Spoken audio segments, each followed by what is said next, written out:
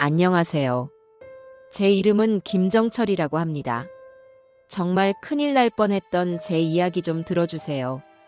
저는 평생 트럭 운전대만 잡고 살아온 사람입니다. 거친 아스팔트 위에서 흘린 땀으로 제 하나뿐인 딸, 선미를 키워냈지요. 이제는 은퇴하고 시골집 텃밭을 가꾸는 게 유일한 낙인데요. 그래도 마음만은 편안했습니다. 금지옥엽 키운 딸이 차로 10분 거리에 살고 있으니 언제든 얼굴 볼 수 있다는 생각에 하루하루가 든든했거든요. 선미는 제게 세상의 전부나 마찬가지였습니다. 착하고 심성 고운 아이라 결혼해서도 제 걱정부터 하는 그런 딸이었지요. 하지만 그 평화는 그리 오래가지 않았어요. 제 속을 썩이는 유일한 존재, 바로 사위놈 때문이었습니다. 오대규. 훤칠한 키에 번지르르한 외모, 처음에는 저도 그 싹싹함에 속아 넘어갈 뻔했습니다.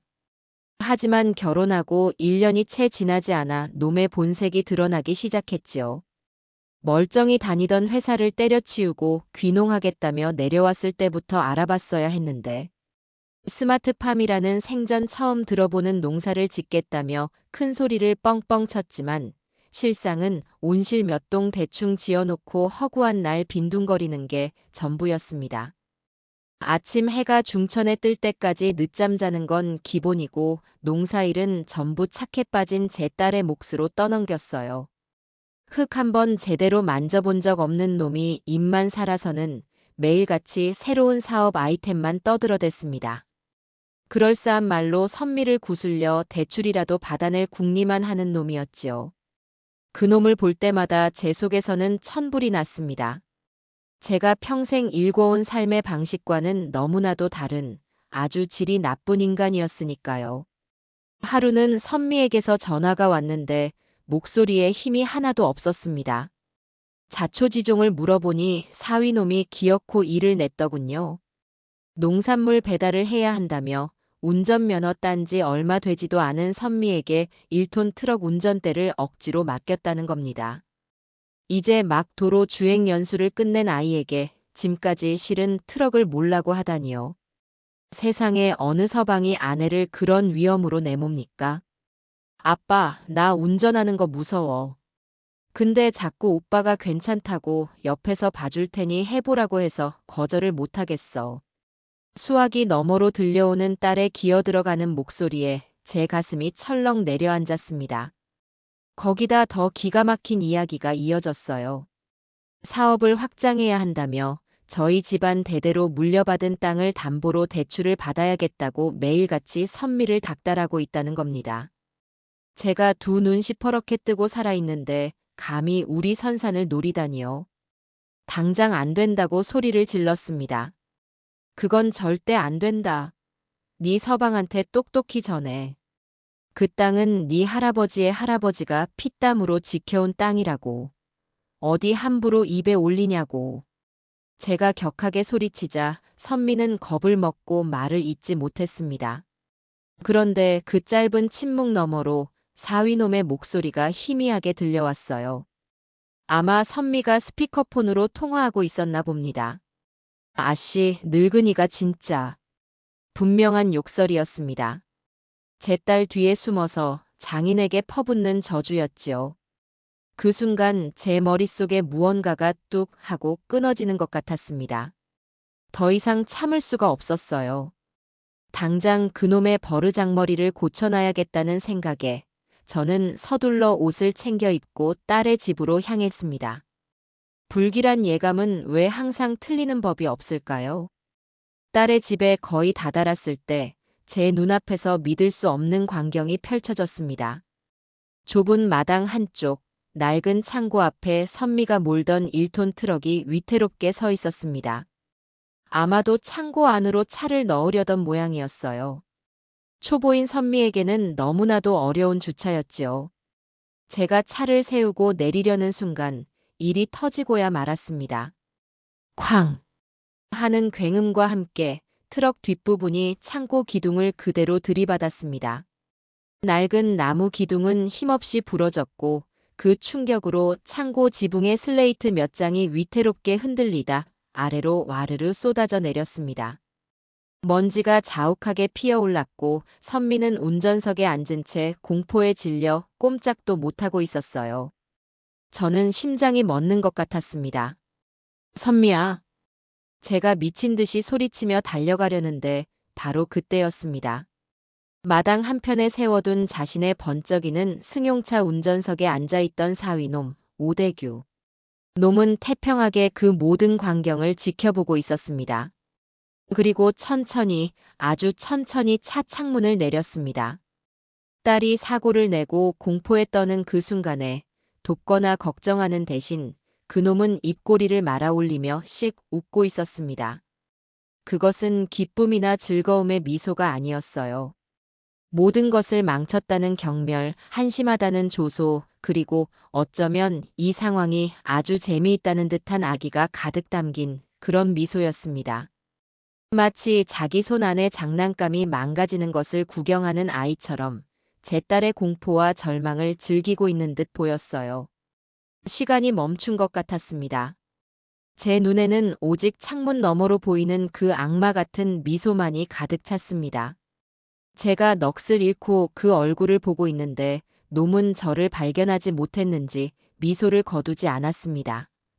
제가 참지 못하고 다시 한번 선미야 하고 고함을 지르며 마당으로 뛰어들어가자 그제야 놈은 화들짝 놀란 표정을 지으며 허둥지둥 차에서 내렸습니다.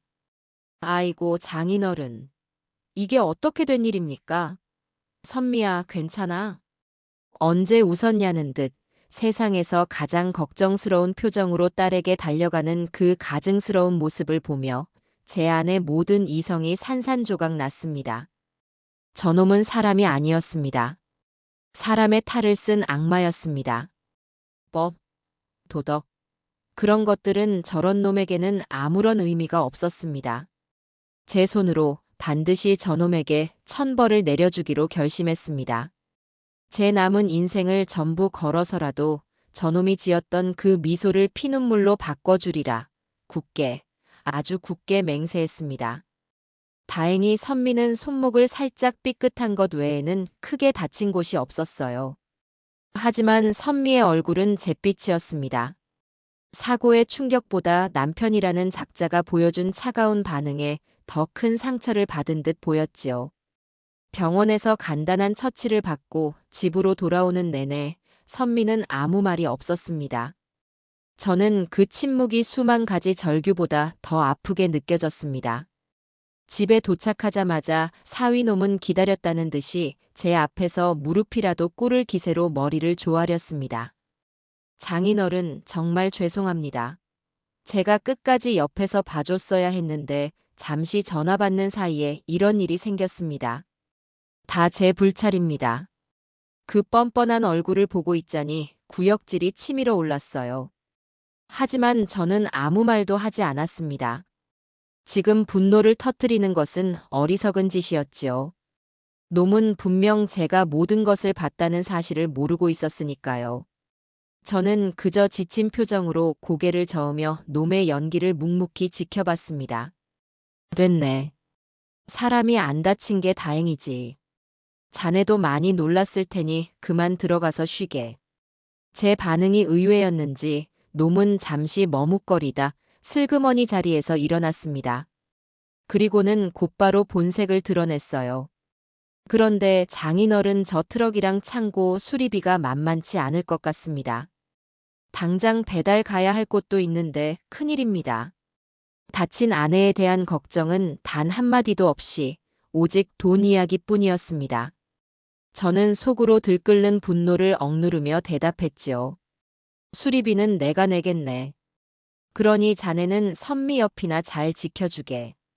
제 침묵은 앞으로 시작될 길고 긴 복수극의 막을 올리는 조용한 선전포고였습니다. 놈은 제 의도를 전혀 눈치채지 못한 채 수리비를 아꼈다는 생각에 희미한 미소를 띄었습니다. 저는 그 미소를 똑똑히 제 눈에 새겨두었어요. 복수는 뜨거운 분노가 아니라 차가운 이성으로 해야 하는 법입니다. 놈을 한 번에 무너뜨리는 것은 너무 싱거워요. 놈이 가진 모든 것을 서서히 아주 고통스럽게 빼앗아야 했습니다. 놈이 가장 소중하게 생각하는 것, 바로 돈과 허울뿐인 자존심부터 짓밟아주기로 했지요. 다음 날, 저는 아침 일찍 마을 어르신들이 모이는 정미소로 향했습니다. 막걸리 한 주전자를 받아들고 어르신들 사이에 앉아 일부러 깊은 한숨을 내쉬며 이야기를 시작했습니다. 어르신들, 제가 요즘 걱정이 많습니다. 저희 사위놈 말입니다. 마을에서 제 평판은 나쁘지 않았습니다. 평생 성실하게 살아왔고 어른 공경할 줄 안다는 소리도 곧잘 들었으니까요. 그런 제가 먼저 입을 열자 모두들 무슨 일이냐며 귀를 기울였습니다. 스마트팜인가 뭔가로 큰 돈을 벌겠다며 여기저기 땅을 보러 다니는 모양인데 어째 좀 불안합니다. 농사라는 게 하루아침에 되는 것도 아니고 너무 무리하는 것 같아서요. 어제는 글쎄 운전도 서툰 애한테 트럭까지 맡겼다가 큰일 날 뻔하지 않았겠습니까? 저는 사위가 웃었다는 결정적인 이야기는 꺼내지 않았습니다. 대신 경험도 없는 젊은이가 무모하게 사업을 벌이다 아내까지 위험에 빠뜨렸다는 사실에 초점을 맞췄지요. 평생 농사만 짓고 살아온 어르신들에게 오대규 같은 뜬구름 잡는 인간은 가장 불신하는 유형이었습니다. 그렇고 말고.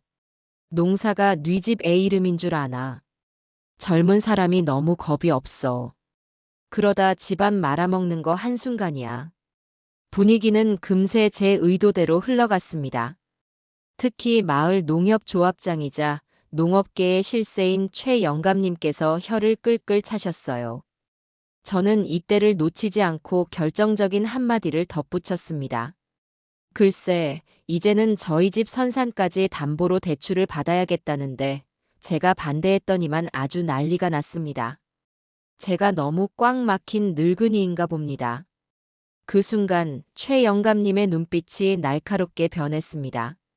마을의 대소사를 꿰고 있는 그분에게 오대규의 대출 시도는 이미 알려진 사실이었을 겁니다. 하지만 제 입을 통해 장인의 반대와 집안의 불화까지 확인되자 문제는 완전히 달라졌지요. 신용과 담보가 확실하지 않은 사람에게 거액의 대출을 내줄 농협은 어디에도 없으니까요. 복수의 첫 번째 씨앗이 그렇게 조용히 뿌려졌습니다. 그날부터 저는 사위놈의 뒤를 밟기 시작했습니다. 놈의 일거수일투족을 파악하는 것이 중요했어요. 놈은 농장 일은 선미에게 모두 떠넘기고 아침부터 말끔하게 차려입고 시내로 나가는 날이 잦았습니다. 평생 운전대를 잡고 전국을 누빈 재감이 말해주고 있었지요. 저건 일하러 가는 사람의 움직임이 아니었습니다. 목적 없이 어딘가를 배회하며 허세를 부리거나 혹은 무언가 다른 꿍꿍이가 있는 놈의 행보였어요. 저는 낡은 트럭을 몰고 놈의 차를 멀찍이서 따라붙었습니다. 놈은 시내의 한 허름한 상가 건물로 들어갔고 저는 근처에 차를 세우고 잠복하기 시작했습니다. 1시간이 지나고 2시간이 지나도 놈은 나오지 않았어요. 지루한 시간이 흘렀지만 제 마음은 오히려 차분하게 가라앉았습니다. 반드시 놈의 약점을 찾아내고야 말겠다는 결심이 저를 지탱해 주었지요. 늦은 오후가 되어서야 놈이 건물에서 나왔습니다. 혼자가 아니었어요. 인상이 험악한 사내 2명과 함께였는데 분위기가 심상치 않았습니다. 놈은 사내들 앞에서 연신 허리를 굽히며 비굴한 표정을 짓고 있었어요. 무언가 단단히 잘못 엮였다는 것을 직감했습니다. 놈의 진짜 얼굴, 그리고 놈의 가장 치명적인 약점이 곧 드러날 것 같았습니다. 그날 밤 저는 노트에 그 건물의 주소와 놈이 만났던 사내들의 인상착의를 꼼꼼하게 기록했습니다. 본격적인 사냥이 시작된 겁니다. 며칠 지나지 않아 제가 뿌려놓은 씨앗에서 싹이 돋아났습니다. 예상대로였어요. 사위놈이 신청했던 농업 자금 대출이 최종 단계에서 부결되었다는 소식이 들려왔습니다. 농협의 최 영감님께서 사업 계획의 구체성이 떨어지고 가족의 동의 없는 담보 설정은 리스크가 크다는 원론적인 이유를 댔지만 사실상 신용 불량 딱지를 붙여버린 거나 마찬가지였지요. 돈줄이 막히자 놈은 그야말로 길길이 날뛰었습니다. 그 모든 분노는 고스란히 제 딸 선미에게로 향했어요. 다 너 때문이야. 네가 니네 아버지한테 가서 제대로 말했으면 일이 이렇게까지 안 됐을 거 아냐. 쓸모없는 기집애 같으니라고. 선미는 울면서 제게 전화를 걸어왔습니다. 수화기 너머로 사위놈이 집어던진 물건이 깨지는 소리가 생생하게 들려왔어요. 가슴이 갈기갈기 찢기는 것 같았지만 저는 마음을 굳게 먹고 단호하게 말했습니다. 선미야, 지금은 힘들겠지만 조금만 참아라. 네 서방이 정말 실력이 있는 사람이라면 대출 없이도 성공할 수 있어야 하는 거다. 이번 기회에 그 사람의 진짜 능력을 똑똑히 지켜보거라. 딸에게는 모진 말이었지만 어쩔 수 없었습니다. 이 싸움은 단순히 사위놈을 망가뜨리는 것에서 끝나는 게 아니었어요. 제 딸이 스스로 그 지옥에서 걸어 나올 힘을 길러주어야만 했습니다. 그러려면 선미 스스로가 남편의 무능함과 추악함을 깨달아야만 했지요. 대출이 막혀 돈이 급해진 놈은 결국 가장 어리석은 방법을 택했습니다. 마을 사람들에게 접근해 터무니없이 높은 이자를 약속하며 돈을 꾸기 시작한 겁니다. 평생을 한 동네에서 부대끼며 살아온 시골 인심을 악용하려는 속셈이었지요. 하지만 이미 놈에 대한 평판은 바닥을 향해 가고 있었습니다. 저는 이때를 놓치지 않고 두 번째 씨앗을 뿌리기로 마음먹었습니다. 마을에서 입이 가장 가볍기로 소문난 부녀회장을 찾아갔어요. 반찬거리를 싸들고 찾아가 세상에서 가장 불쌍한 아버지인 척 눈시울을 붉히며 딸의 사고 이야기를 꺼냈습니다. 회장님, 제가 정말 속상해서 누구한테 말도 못하고 끙끙 앓았습니다. 글쎄, 저희 사위놈이 그날 선미가 사고를 내고 무서워서 덜덜 떨고 있는데 차에서 내리지도 않고 창문만 열고는 씩 웃고 있지 않겠습니까? 제가 그걸 제 두 눈으로 똑똑히 봤습니다. 이야기를 살짝 비틀었습니다. 사위가 직접 사고를 냈다는 진실 대신 사고를 당한 아내를 보고 웃었다는 인성의 문제로 몰고 간 것이지요. 이게 더 효과적이었습니다. 사람들은 무력보다 비정함에 더 크게 분노하는 법이니까요. 어머 세상에. 사람이 어떻게 그래요? 제정신이야? 부녀 회장의 입은 제가 생각했던 것보다 훨씬 더 강력한 확성기였습니다. 다친 며느리 앞에서 웃던 비정한 사위 이야기는 그날 오후가 되기도 전에 마을 전체로 퍼져나갔습니다. 이제 오대규는 단순히 능력 없는 허풍쟁이에서 인간 같지도 않은 놈으로 낙인 찍히고 말았어요. 결정적인 사건은 며칠 뒤에 터졌습니다. 마을에서 홀로 사는 박할머니께서 덜덜 떨리는 손으로 저희 집을 찾아오셨습니다. 할머니는 눈물을 훔치며 손주 대학 등록금으로 쓰려고 평생 모아둔 쌈짓돈 500만 원을 사위놈에게 빌려주었다고 했습니다. 일주일 안에 2배로 갚겠다는 말을 철석같이 믿었다고요.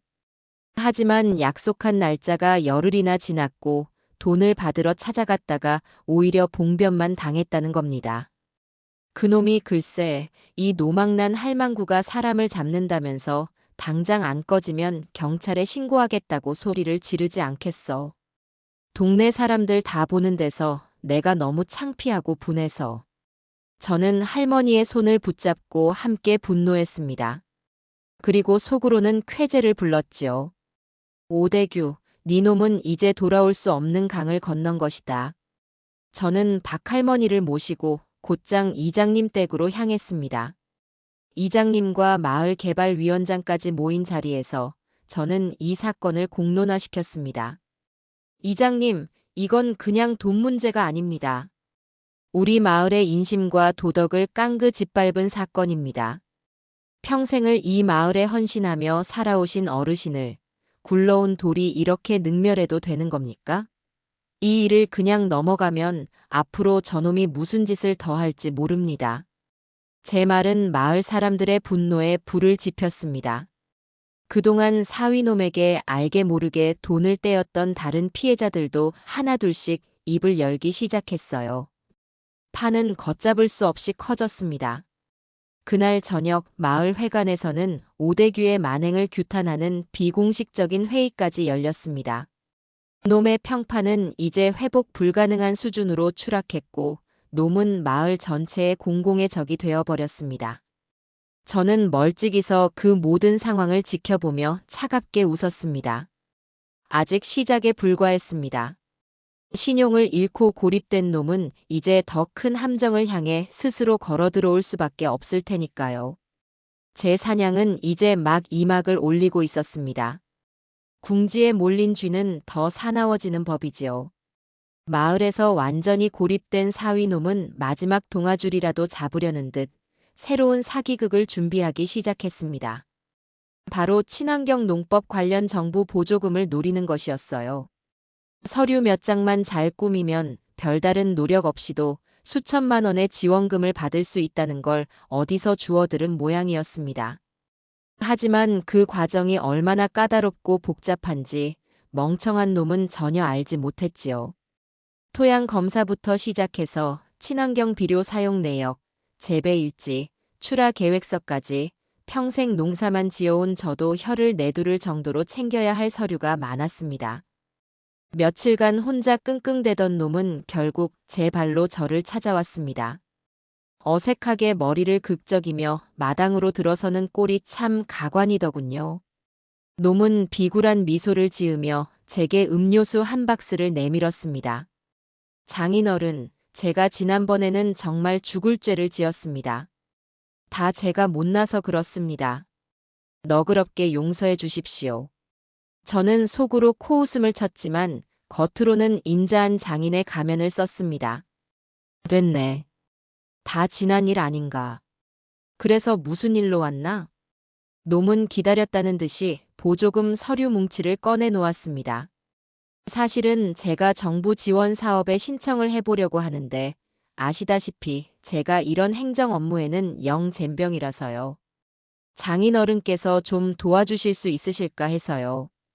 드디어 미끼를 물었습니다. 저는 이 순간을 얼마나 기다렸는지 모릅니다. 놈을 가장 확실하게 무너뜨릴 수 있는 달콤한 독이 든 미끼를요. 어허, 자네가 드디어 정신을 차리고 제대로 된 일을 해보려는구나. 당연히 도와줘야지. 어디 한번 가져와 보게. 저는 돋보기를 꺼내 쓰는 신용까지 하며 놈의 서류를 꼼꼼히 들여다보는 척했습니다. 그리고는 교묘하게, 아주 교묘하게 놈이 파놓은 함정으로 스스로 걸어 들어가도록 유도하기 시작했습니다. 여기 토양 검사 결과서가 빠졌구먼. 이거 없으면 서류 접수 자체가 안 될 텐데. 아, 정말입니까? 그건 어디서 하는 겁니까? 쯧쯧, 그것도 모르고 사업을 하겠다고. 군청 농업기술센터에 가면 해주긴 하는데 지금 신청하면 한 달은 좋게 걸릴 걸세.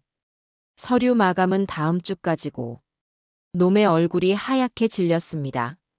저는 마치 안타깝다는 듯이 혀를 차며 말을 이었습니다. 방법이 아주 없는 건 아닐세. 작년에 내가 받아둔 결과서가 있는데 우리 밭이랑 자네 밭이랑 흙이 비슷하니 그걸로 일단 내고 나중에 실사 나오기 전에 어떻게든 처리해보는 수밖에. 명백한 서류 조작이었지만 다급해진 놈에게는 그런 것을 따질 이성이 남아있지 않았습니다. 놈은 제 손을 덥석 잡으며 정말 감사합니다, 장인어른. 을 연발했지요. 첫 번째 덫을 성공적으로 놓은 겁니다. 다음은 비료 사용 내역서였습니다. 친환경 보조금의 핵심은 화학 비료를 쓰지 않았다는 것을 증명하는 것이었지요. 자네 유기농 비료는 꾸준히 썼는가? 구매 영수증 같은 증빙 자료가 다 있어야 할 텐데. 아, 그게 솔직히 비료 살 돈이 없어서 거의 못 썼습니다. 놈의 대답은 제 예상에서 한치도 벗어나지 않았습니다. 저는 마치 큰 결심이라도 한 듯 주머니에서 꼬깃꼬깃한 현금 몇 장을 꺼내 놈의 손에 쥐어주었습니다. 이걸로 우선 급한 대로 비료부터 사게. 그리고 영수증은 꼭 챙겨두고. 내가 아는 비료상에 이야기해 둘 테니 외상으로라도 좀 더 가져다 쓰게나.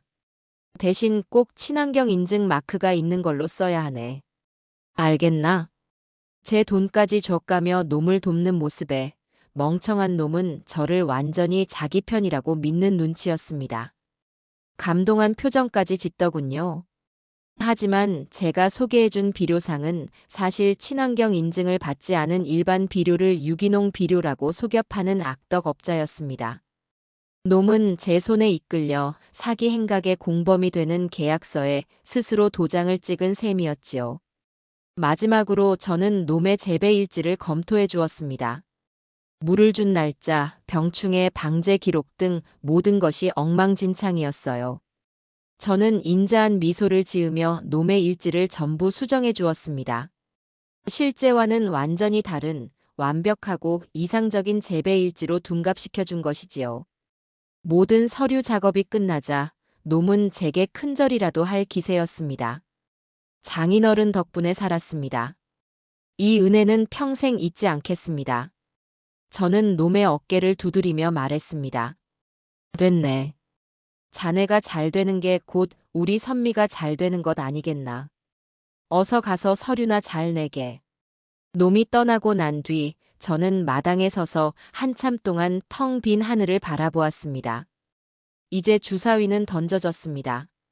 놈은 자신이 곧 거액의 보조금을 받게 될 것이라는 달콤한 꿈에 빠져 있겠지만 그 서류 뭉치는 놈의 목을 죄 밧줄이나 다름없었습니다. 심판의 날은 이제 아주 가까이 다가오고 있었습니다. 희망은 때로 가장 절망적인 순간에 찾아오는 법이지요. 남편이라는 작자의 행패와 끝이 보이지 않는 스트레스 속에서도 제 딸 선미는 묵묵히 하루하루를 버텨내고 있었습니다. 어쩌면 그 아이는 그 지옥 같은 현실 속에서 마지막 희망의 끈을 발견했는지도 모릅니다. 바로 자신의 뱃속에 새로운 생명이 자라고 있다는 사실을요. 선미는 그 사실을 제게조차 알리지 않았습니다. 나중에야 딸의 일기장을 보고 알게 된 사실이지만 그 아이는 저에게 또 다른 걱정을 안겨주고 싶지 않았던 겁니다. 그리고 한편으로는 이 아이가 태어나면 그 짐승 같은 남편도 변할 수 있을 거라는 마지막 기대를 품고 있었던 것이지요. 아이가 태어나면 오빠도 정신을 차릴 거야. 아빠가 되면 달라질 거야. 그렇게 스스로를 위로하며 매일 밤 뱃속의 아이에게 말을 걸었다고 합니다. 하지만 짐승은 사람의 말을 알아듣지 못하는 법입니다. 사위놈은 제가 도와준 위조 서류가 통과될 것이라고 철석같이 믿고 있었습니다. 곧 정부에서 수천만 원의 보조금이 나올 것이라는 헛된 망상에 사로잡혀 농장 일은 완전히 내팽개쳤지요. 아침 일찍부터 기름을 바른 머리를 하고 시내로 나가 돈 나올 구멍만 찾아다니기 바빴습니다. 제가 몰래 뒤를 밟아 확인한 바로는 놈은 그 허름한 상가 건물의 불법 노름장을 제 집처럼 드나들고 있었습니다. 아직 받지도 않은 보조금을 담보로 또 다른 빚을 내어 노름판에 쏟아붓고 있었던 겁니다. 그런 놈의 눈에 임신 초기에 힘든 몸을 이끌고 끙끙대는 아내가 보일 리가 없었지요. 선미는 홀로 입덧과 싸우며 무거운 몸으로 텅 빈 집과 잡초만 무성한 농장을 지켜야 했습니다. 밥은커녕 물 한 모금 넘기기도 힘든 날들이 이어졌지만 뱃속의 아이를 생각하며 억지로 음식을 넘겼다고 해요. 그 고통의 시간 동안 남편이라는 작자는 단 한 번도 아내의 곁에 있어주지 않았습니다. 결국 사달이 나고야 말았습니다. 며칠간 제대로 먹지도 쉬지도 못한 선미가 텅 빈 집에서 홀로 쓰러진 겁니다.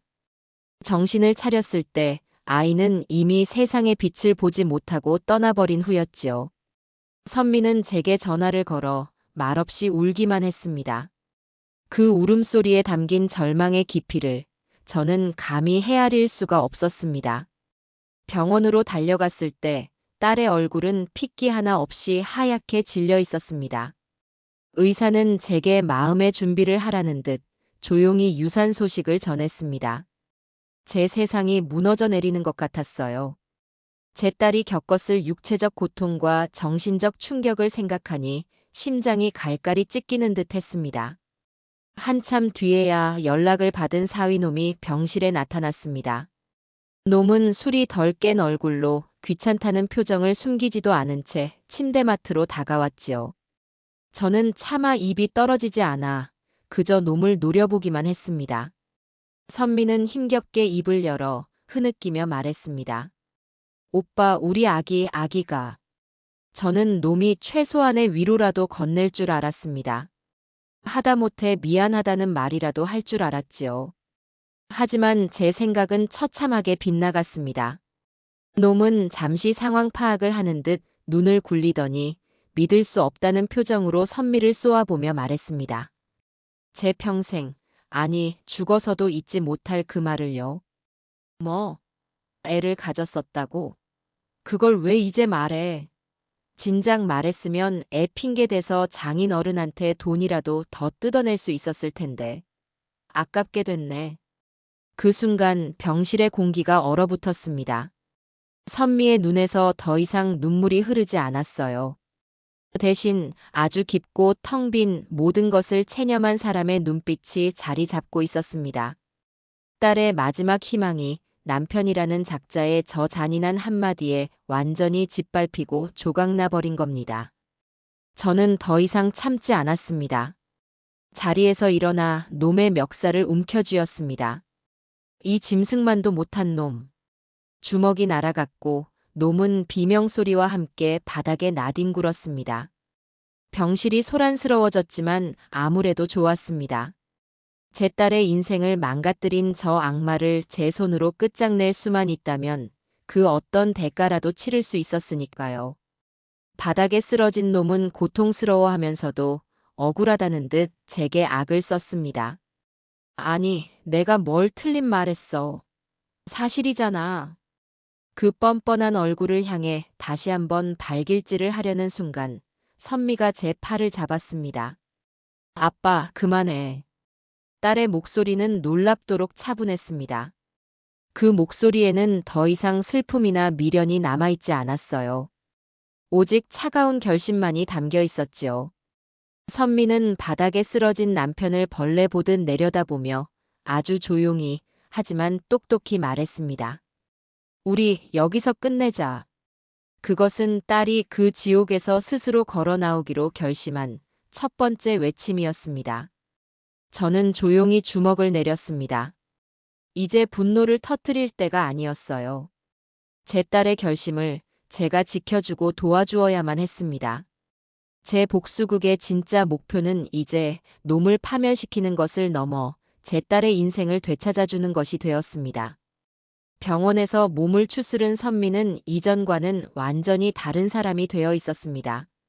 슬픔에 잠겨 있었지만 그 눈빛에는 더 이상 유약함 대신 단단한 결의가 서려 있었지요.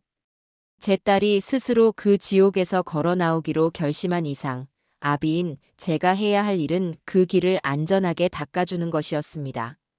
선미야, 이제 다 잊고 집으로 가자. 아빠 집으로. 제 말에 선미는 아무 말 없이 고개를 끄덕였습니다. 그 끄덕임 한 번에 우리 부녀는 지난 수십 년보다 더 깊은 유대를 확인했습니다. 더 이상 긴 말은 필요 없었어요. 작전은 신속하고 은밀하게 이루어져야 했습니다. 사위놈은 병원 소란으로 인해 제게 앙심을 품고 있었지만 한편으로는 곧 나올 보조금 생각에 당분간 몸을 사리고 있었지요. 놈은 선미가 퇴원한 뒤에도 뻔뻔하게 저희 집으로 찾아와 용서를 구하는 척 연기를 했습니다. 하지만 그 속셈은 뻔했지요. 이혼 이야기가 나오기 전에 어떻게든 보조금을 타내고 혹시 모를 위자료 문제에서도 유리한 고지를 차지하려는 수작이었습니다. 저는 그런 놈을 내치지 않았습니다. 오히려 못 이기는 척 받아주며 놈의 경계심을 완전히 풀어버렸습니다. 자네 심정도 이해는 하네. 먹고 살기 팍팍하니 말실수도 할 수 있는 게지. 선미도 이제 괜찮아졌으니 자네는 하던 일이나 잘 마무리하게. 저는 심지어 놈에게 보조금 신청 진행 상황을 묻는 등 완벽하게 놈의 편인 척 연기했습니다. 제 태도에 놈은 완전히 방심하고 말았지요. 이제 놈의 머릿속에는 오직 한 가지 생각뿐이었을 겁니다. 장인어른만 잘 구슬리면 이혼도 막고 돈도 챙길 수 있겠구나. 탈출 계획은 놈이 군청에 보조금 관련 최종 서류를 제출하러 가는 날로 잡았습니다. 놈이 최소 반나절 이상 집을 비우는 날이었지요. 저는 이삿짐 센터 대신 평생 트럭을 몰며 형제처럼 지내온 옛 동료들에게 연락했습니다. 산전수전 다 겪은 그 친구들은 제가 자세한 설명을 하지 않아도 알았다. 정철아. 시간 맞춰 인원 준비해 놓으마. 하고는 든든하게 답해 주었지요. 약속한 날 아침 사위놈은 잔뜩 멋을 부리고 집을 나섰습니다. 마치 큰돈이라도 손에 쥔 것처럼 의기양양한 모습이었어요. 저는 그 뒷모습을 보며 차갑게 웃었습니다. 니놈이 돌아왔을 때 니놈을 기다리는 것은 돈벼락이 아니라 텅 빈 지옥일 것이다. 놈이 떠난 것을 확인하자마자 제 친구들이 탄 트럭 2대가 조용히 딸의 집 마당으로 들어섰습니다. 우리는 마치 군사작전을 펼치듯 신속하고 정확하게 움직였습니다. 선미 물건만 챙겨. 저놈이 사들인 가구 같은 건 손 뗄 필요도 없어. 우리는 선미의 옷가지와 책, 그리고 선미가 시집 올 때 제가 해준 낡은 장롱과 화장대처럼 추억이 깃든 물건들만 챙겼습니다. 사위놈이 할부로 긁어들여 놓은 번쩍이는 소파와 대형 텔레비전 따위는 거들떠보지도 않았어요. 그놈이 이룬 모든 것이 허상이라는 것을 똑똑히 보여주고 싶었으니까요. 짐을 싣는 데는 1시간도 채 걸리지 않았습니다. 집은 순식간에 텅 비어 을씨년스러운 분위기마저 감돌았지요. 모든 것이 끝난 후 저는 미리 변호사를 통해 준비해둔 이혼 소장을 꺼내 들었습니다. 그리고는 먼지 하나 없이 깨끗하게 닦은 식탁 정중앙에 아주 반듯하게 올려놓았습니다. 그 위에는 선미가 쓰던 작은 빗 하나를 올려두었지요. 그것은 미련이나 연민의 표시가 아니었습니다. 당신이라는 인간은 내 인생에서 지워졌지만 당신과 함께한 시간의 흔적까지 부정하지는 않겠다는 제 딸의 마지막 자존심이었습니다. 모든 것을 마친 우리는 먼지 하나 남기지 않고 조용히 그 집을 빠져나왔습니다. 제 집 마당에 선미의 짐을 내려놓았을 때 딸은 아무 말 없이 눈물만 뚝뚝 흘렸습니다. 저는 딸의 어깨를 감싸 안으며 말했습니다. 이제 다 끝났다, 내 딸아. 이제부터 다시 시작하면 돼. 그날 오후 군청에서 희희낙낙하며 돌아온 사위놈은 텅 빈 집과 식탁 위의 서류 한 장을 마주하게 되었을 겁니다. 놈에게서 불같이 화를 내는 전화가 걸려왔지만 저는 아주 조용하고 차분한 목소리로 대답했습니다. 자네가 한 짓을 생각해보게. 하늘이 무섭지도 않은가?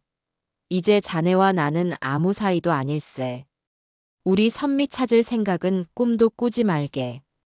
저는 그 말을 끝으로 전화를 끊어버렸습니다. 수화기 너머로 들려오는 놈의 고함 소리가 제게는 세상에서 가장 듣기 좋은 음악처럼 들렸습니다. 이제 놈에게 남은 것은 아무것도 없었습니다. 텅 빈 집, 그리고 곧 닥쳐올 진짜 심판의 날뿐이었지요. 심판의 날은 제 예상보다 훨씬 더 빠르고 극적으로 찾아왔습니다. 놈에게 남은 마지막 희망이었던 정부 보조금, 그것이 바로 놈의 목을 겨눌 가장 날카로운 칼날이 될 차례였지요. 며칠 뒤 군청 농업정책과에서 보조금 지급을 위한 최종 현장 실사가 나왔습니다. 저는 이미 모든 상황을 예측하고 있었어요. 놈은 제가 도와준 완벽한 서류만 믿고 조사관들 앞에서 거들먹거리며 자신의 엉터리 농장을 자랑하고 있었을 겁니다. 이게 바로 최신 기술이 집약된 스마트팜입니다. 제가 직접 설계하고 운영하고 있지요. 곧 여기서 엄청난 양의 친환경 농산물이 쏟아져 나올 겁니다. 하지만 서류와 현실은 달라도 너무 달랐습니다. 조사관들은 수십 년간 이런 일만 해온 베테랑들이었지요. 그들의 날카로운 눈을 속일 수는 없었습니다. 대표님, 서류상으로는 분명히 어금 유기농 토양이라고 되어 있는데 저희가 간이로 측정한 바로는 질소 함량이 기준치를 훨씬 초과하는군요. 최근에 화학 비료를 사용하신 적이 있습니까? 조사관의 첫 번째 질문부터 놈은 당황하기 시작했습니다. 제가 일부러 누락시킨 토양 검사 결과서가 문제가 된 겁니다. 아, 아닙니다. 저희는 절대 화학 비료는 쓰지 않습니다. 그렇습니까? 그런데 저희가 확인한 바로는 제출하신 비료 구매 영수증 업체가 얼마 전 친환경 인증이 취소된 곳이던데요. 어떻게 된 일인지 설명해 주시겠습니까? 제가 소개해준 악덕 비료상 문제가 터진 겁니다. 놈의 얼굴은 하얗게 질려갔지요. 거짓말은 또 다른 거짓말을 낳는 법. 놈은 횡설수설하며 변명을 늘어놓았지만 상황은 점점 더 최악으로 치달았습니다. 조사관들은 제가 완벽하게 조작해준 재배 일지와 실제 농장의 상태가 완전히 다르다는 것까지 지적하기 시작했습니다. 일지에는 분명 닷새 전에 병충해 방제를 하셨다고 되어 있는데 저기 잎사귀에 꼬인 진딧물들은 뭡니까? 이게 어떻게 된 영문이죠? 놈의 이마에서는 식은땀이 비 오듯 흘렀습니다. 자신이 완벽한 함정에 빠졌다는 것을 그때야 어렴풋이 깨닫기 시작했을 겁니다. 그리고 바로 그 순간 제가 준비한 마지막 무대가 막을 올렸습니다. 농장 입구로 승합차 한 대가 멈춰 서더니 분노에 찬 얼굴의 마을 사람들이 우르르 내렸습니다. 맨 앞에는 쌈짓돈을 떼인 박할머니와 이장님이 서 계셨지요. 그들은 보조금 실사 현장을 아수라장으로 만들었습니다. 여보시오, 조사관 양반들. 이런 사기꾼한테 나라 돈을 퍼주려고 하는 거요? 이놈이 우리 동네 사람들 등쳐먹은 돈이 얼만지나 알고 하는 소리요? 이장님은 품속에서 두툼한 서류 뭉치를 꺼내 조사관들 앞에 펼쳐 보였습니다. 그것은 그동안 오대규에게 돈을 떼인 마을 사람들의 피해 진술서와 차용증 사본들이었지요. 박할머니는 울음을 터뜨리며 놈의 바짓가랑이를 붙잡고 내 돈 내놓으라고 소리치셨습니다. 상황은 완전히 뒤집혔습니다. 보조금 심사는 순식간에 사기 사건 현장으로 변해버렸어요. 당황한 조사관들은 급히 경찰에 연락을 취했습니다. 잠시 후 순찰차 한 대가 흙먼지를 일으키며 농장으로 들어섰지요. 오대규 씨 맞으시죠? 보조금 부정 수급 시도 및 사기 혐의로 조사를 좀 해야겠습니다. 저희와 함께 경찰서까지 가주시죠. 놈은 망연자실한 표정으로 힘없이 경찰의 손에 이끌려 순찰차 뒷좌석에 구겨져 들어갔습니다.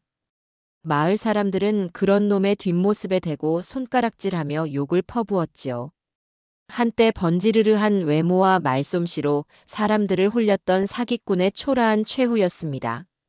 저는 멀찍이서 그 모든 광경을 지켜보고 있었습니다. 제 입가에는 희미한 미소가 걸려 있었지요. 하지만 그것은 놈이 제 딸을 보며 지었던 그런 경멸과 조소의 미소가 아니었습니다. 길고 길었던 싸움의 한 단락이 끝났다는 안도감, 그리고 정의는 반드시 살아있다는 확신에서 오는 그런 씁쓸한 미소였습니다. 하지만 이걸로 끝이 아니었습니다. 경찰 조사는 놈의 추악한 실체를 벗겨낼 시작에 불과했습니다. 제 손에는 아직 놈의 숨통을 완전히 끊어버릴 마지막 발톱이 숨겨져 있었으니까요. 경찰 조사를 받게 된 사위놈은 자신이 얼마나 큰 수렁에 빠졌는지 제대로 인지하지 못하는 듯 했습니다. 그저 운이 나빠 마을 사람들과 엮였고 보조금 서류에 실수가 있었을 뿐이라고 생각하는 눈치였지요. 변호사만 잘 쓰면 금방 풀려날 수 있을 거라고 믿는 것 같았어요. 하지만 경찰은 놈이 생각하는 것보다 훨씬 더 집요했습니다. 마을 사람들의 집단 진정서가 접수되면서 사건은 단순 사기 사건에서 특수 사기 혐의로 전환될 가능성이 커졌지요. 경찰은 놈의 금융거래 내역과 통화 기록을 압수수색하며 자금의 흐름을 추적하기 시작했습니다. 저는 이 기회를 놓치지 않았습니다. 경찰이 놈을 그저 시골 사람들을 등친 좀도둑 수준으로 여기게 둘 수 없었어요. 놈의 본질이 얼마나 악랄하고 뿌리 깊은 사기꾼인지를 알려줘야만 했습니다. 놈의 가장 치명적인 약점, 바로 노름의 늪으로 경찰을 안내해야만 했지요. 저는 일부러 다른 지역으로 차를 몰았습니다. 혹시 모를 추적을 피하기 위해서였지요. 인적이 드문 국도변에 낡은 공중전화 부스로 들어가 주머니 속에 동전을 넣고 경찰서 민원실 번호를 눌렀습니다. 목소리를 살짝 바꾸고 최대한 불안하고 겁에 질린 척 연기하며 말했습니다. 저 지금 오대규라는 사람에 대해 제보할 게 있어서 전화했습니다. 저도 그 사람한테 사기당한 피해자 중 한 명입니다. 경찰은 제 신원을 물었지만 저는 보복이 두렵다며 끝까지 밝히지 않았습니다. 대신 결정적인 정보를 던져주었지요. 경찰 양반들, 오대규가 사기쳐서 번 돈이 다 어디로 갔는지 알고 싶으면 시내에 있는 월드 상가 3층을 한번 뒤져보시오. 간판도 없는 사무실인데 밤만 되면 그 일대에서 제일 환하게 불이 켜지는 곳이오. 거기가 바로 오대규가 돈을 다 갖다 바친 곳이니까. 그리고 저는 그동안 제가 찍어두었던 사진과 동영상 파일을 익명으로 보낼 수 있는 언론사 제보 메일 주소를 받아 적었습니다. 통화를 마친 뒤 저는 곧장 근처 PC방으로 향했습니다. 그리고 제가 몇 주간 잠복하며 찍은 놈이 불법 노름장에 드나드는 모든 증거 자료들을 제보 메일로 전송했습니다. 사진 속에는 돈다발을 들고 희희낙낙하는 놈의 모습과 돈을 잃고 눈이 벌게져서 고함치는 모습이 생생하게 담겨 있었지요. 제보의 효과는 즉각적이었습니다. 경찰은 제 제보를 그냥 흘려듣지 않았습니다. 마침 그 지역에서 기승을 부리던 불법 도박 조직을 소탕하기 위해 정보를 수집하던 중이었고, 제 제보는 그들에게 결정적인 단서가 된 겁니다. 그날 밤 대규모 경찰 병력이 월드 상가 3층을 급습했습니다. 현장은 아수라장이 되었고 수십 명의 노름꾼들과 조직 운영자들이 현장에서 체포되었습니다. 그리고 그곳에서 경찰은 오대규의 이름으로 작성된 수억 원대의 노름 빚 장부를 발견했습니다. 다음 날 아침 경찰은 이 장부를 근거로 오대규의 집과 차량에 대한 추가 압수수색 영장을 발부받았습니다. 그리고 놈의 차 트렁크 깊숙한 곳, 스페어 타이어 밑에 숨겨져 있던 가방 안에서 결정적인 증거물이 쏟아져 나왔습니다. 바로 놈이 악질 사채업자들에게 돈을 빌리며 작성한 차용증 뭉치였습니다. 그 금액은 상상을 초월하는 수준이었지요. 이제 모든 퍼즐 조각이 맞춰졌습니다. 경찰은 놈이 왜 그렇게 절박하게 돈을 필요로 했는지, 왜 아내의 가족까지 속여가며 사기를 쳐야만 했는지 그 모든 동기를 완벽하게 파악하게 된 겁니다. 놈은 더 이상 어설픈 시골 사기꾼이 아니었습니다. 노름에 미쳐 가족마저 파멸로 몰고 간 구제불능의 중독자이자 악질적인 범죄자였지요. 이 소식은 언론을 통해 작게나마 보도되었습니다. 귀농 청년인 척 상습 사기 행각 벌인 노름 중독자 구속. 그 기사를 읽는 제 마음은 놀랍도록 평온했습니다. 제가 숨겨두었던 발톱은 단순히 놈의 범죄를 고발하는 것이 아니었습니다. 놈 스스로도 감추고 싶었던 가장 추악하고 부끄러운 밑바닥을 온 세상에 드러내 다시는 재기할 수 없도록 사회적으로 완전히 매장시켜버리는 것이었지요. 이제 놈에게 동정표를 던져줄 사람은 아무도 없을 겁니다. 놈은 법의 심판과 함께 사람들의 경멸이라는 더 큰 감옥에 평생 갇히게 될 테니까요. 경찰서 유치장 차가운 시멘트 바닥에 웅크리고 앉아 사위놈은 무슨 생각을 했을까요? 아마 억울하다고 운이 없었을 뿐이라고 생각했겠지요. 똑똑한 변호사만 선임하면 금방 풀려나 예전의 삶으로 돌아갈 수 있을 거라는 헛된 희망에 부풀어 있었을지도 모릅니다. 하지만 저는 놈에게 그런 값싼 구원의 기회를 줄 생각이 눈곱만큼도 없었습니다. 법의 심판은 때로 너무 느리고 교활한 놈들에게는 너무나도 관대하니까요. 놈에게는 법전의 글자보다 훨씬 더 차갑고 본능적인 공포가 필요했습니다. 자신이 만들어낸 탐욕의 늪, 그 늪의 가장 어두운 밑바닥에서 꿈틀거리는 진짜 악귀들을 직접 마주하게 해주는 것. 그것이 제가 준비한 진짜 심판이었지요. 놈의 노름빚과 사채 내역을 수사하던 담당 형사와 통화를 했습니다. 물론 제 진짜 목적은 숨긴 채였지요. 형사님, 저 선미 아버지입니다. 아무리 생각해도 분하고 억울해서 잠을 잘 수가 없습니다. 그놈에게 돈을 빌려준 사람들이라도 만나서 합의라도 시도해봐야 우리 선미 억울함이 조금이라도 풀릴 것 같습니다. 혹시 가장 악독하게 그놈을 괴롭혔다는 업체 연락처라도 알 수 있겠습니까? 세상에서 가장 무력하고 상심에 빠진 늙은 아비인 척 연기하는 제 목소리는 저 자신이 듣기에도 참으로 처량했습니다.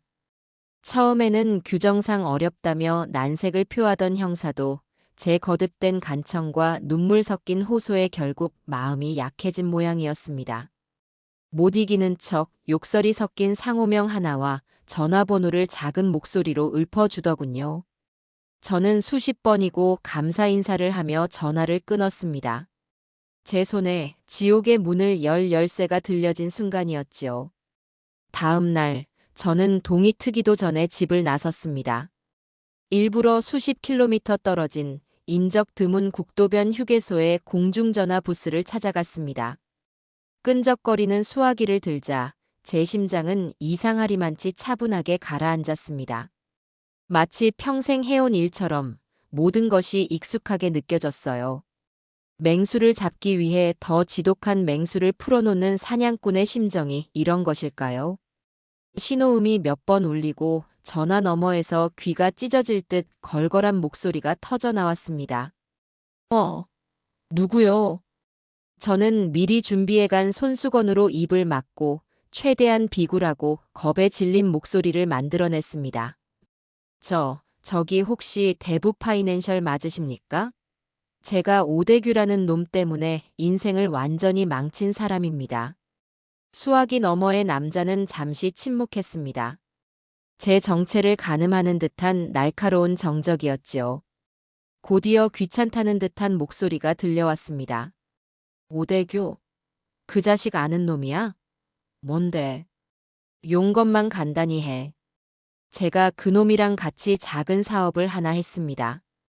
그런데 이놈이 제 돈을 몽땅 들고 잠적하는 바람에 집도 절도 없이 길거리에 나앉게 생겼습니다. 그런데 제가 그놈의 비밀을 하나 알고 있습니다. 사장님께만 알려드릴 테니 제발 제 돈 찾는 것만 그놈한테서 제 몫만 받게 해주시면 안 되겠습니까? 돈 냄새를 맡은 뱀처럼 남자의 태도가 즉각적으로 바뀌었습니다. 목소리 톤부터 달라지더군요. 비밀? 그 자식이 가진 거라곤 빚밖에 없는 거 아니었어? 뭐냐, 그 비밀이라는 게. 들어보고. 오대규 그놈, 지금은 콩밥 먹고 있지만 금방 풀려날 겁니다. 변호사 말이 초범이고 피해 금액이 크지 않아서 집행유예로 나올 가능성이 아주 크답니다. 그래서 그게 뭐? 사장님, 그놈이 뭘 믿고 그렇게 배짱을 부리는지 아십니까? 바로 돈입니다, 돈. 그놈 마누라가 시골 땅부자 딸인데 이번에 합의 이혼을 해주면서 위자료를 현금으로 두둑하게 챙겨주기로 했답니다. 제가 알기로는 수억 원이 넘는 돈입니다. 거기다 그동안 질질 끌던 정부 보조금까지 곧 나온다고 하더군요. 지금 그놈 통장에 곧 현금으로 수억이 꽂힐 거란 말입니다. 저는 놈이 꿈에도 그리던 상황을 마치 현실인 것처럼 생생하게 묘사했습니다. 수화기 너머에서 남자가 거친 숨을 몰아쉬는 것이 느껴졌어요. 저는 결정적인 미끼를 던졌습니다. 그런데 진짜 문제는 그놈이 그 돈을 받자마자 사장님들 돈은 떼먹고 필리핀으로 도망갈 준비를 하고 있다는 겁니다. 제가 똑똑히 들었습니다.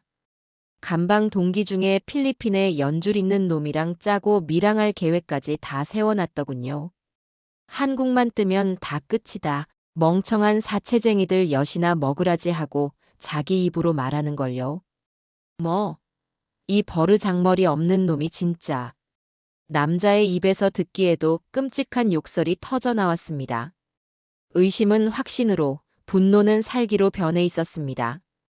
제 거짓말은 너무나도 구체적이었기에 그들에게는 한치의 의심도 없는 진실로 받아들여졌을 겁니다. 사장님, 저도 그놈한테 돈을 받아야 살 수 있습니다. 제발 부탁입니다. 그놈이 언제 풀려나는지만 알려주십시오. 그놈이 돈을 어디에 숨겨두려 하는지 제가 다 알아봐 드리겠습니다. 그러니 제발. 알았으니까 끊어. 그 자식 나오는 날짜 우리가 알아볼 테니까. 그리고 너 다시 전화해라. 그때 보자고. 남자는 일방적으로 전화를 끊었습니다. 저는 삐소리가 울리는 수화기를 천천히 내려놓았습니다. 그리고 공중전화 부스 유리에 비친 제 얼굴을 보았습니다. 거기에는 더 이상 평범하고 선량한 늙은이의 모습은 없었습니다. 오직 차가운 복수심에 불타는 낯선 사냥꾼의 얼굴만이 존재하고 있었지요. 며칠 뒤 놈은 변호사의 도움으로 구속적 부심을 통해 풀려났습니다. 불구속 상태에서 재판을 받게 된 것이지요. 놈은 자신이 이겼다고 역시 세상은 돈과 빽만 있으면 된다고 생각하며 의기양양하게 경찰서 정문을 나섰을 겁니다. 하지만 놈을 맞이한 것은 자유의 공기가 아니었습니다. 바로 코앞에 멈춰선 지옥의 문지기들이었지요. 경찰서 정문 모퉁이에 주차되어 있던 검은색 승용차에서 건장한 사내 둘이 내렸습니다. 그들은 두리번거릴 틈도 없이 놈의 양팔을 우악스럽게 붙잡아 뒷좌석으로 짐짝처럼 구겨 넣었습니다. 놈은 영문도 모른 채 비명을 질렀지만 그 소리는 육중한 차 문이 닫히는 소리에 그대로 묻혀버렸습니다. 저는 멀리 떨어진 골목길에서 그 모든 광경을 처음부터 끝까지 지켜보고 있었습니다. 그날 이후 오대규의 삶은 교도소보다 더 끔찍한 생지옥으로 변해버렸습니다. 사채업자들은 놈을 시내 변두리에 허름한 여관방에 감금했습니다. 그리고 밤낮을 가리지 않고 빚을 갚으라며 놈을 몰아세웠지요. 잠을 재우지 않는 것은 물론 밥 한 끼 제대로 주지 않으며 놈의 정신과 육체를 서서히 말려 죽였습니다. 그들은 놈이 가진 모든 것을 빼앗아갔습니다. 놈이 유일한 재산처럼 아끼던 번쩍이는 승용차는 대포차로 팔려나갔고 얼마 남지 않았던 명품 시계와 옷가지들도 헐값에 그들의 주머니 속으로 사라졌지요. 놈은 이제 돈, 명예, 희망, 그리고 자유까지 모든 것을 잃었습니다. 오직 숨만 붙어있는 살아있는 시체가 된 것이지요. 사채업자들은 그런 놈에게 마지막 임무를 주었습니다. 야, 오대규. 네 장인이라는 영감, 돈 많다며. 가서 빌든 무릎을 꿇든 어떻게든 돈 받아와. 네 마누라 위자료라도 미리 땡겨오라고. 일주일 준다. 일주일 안에 현금으로 1억 못 만들어 오면 그때는 네 신장부터 시작해서 하나씩 팔아서 빚잔치 할 줄 알아. 알았냐? 놈은 공포에 질려 덜덜 떨며 그저 고개를 끄덕일 수밖에 없었을 겁니다. 이제 놈에게 남은 유일한 선택지는 다시 제 앞에 나타나 개처럼 엎드려 비는 것뿐이었습니다. 저는 제 손에 더러운 피 한 방울 묻히지 않고 놈을 완벽한 제 복수의 도구로 만들어버린 겁니다. 이제 그 망가진 꼭두각시가 제 무대 위에서 마지막 발악의 춤을 출 시간만을 차분히 기다리면 되었습니다.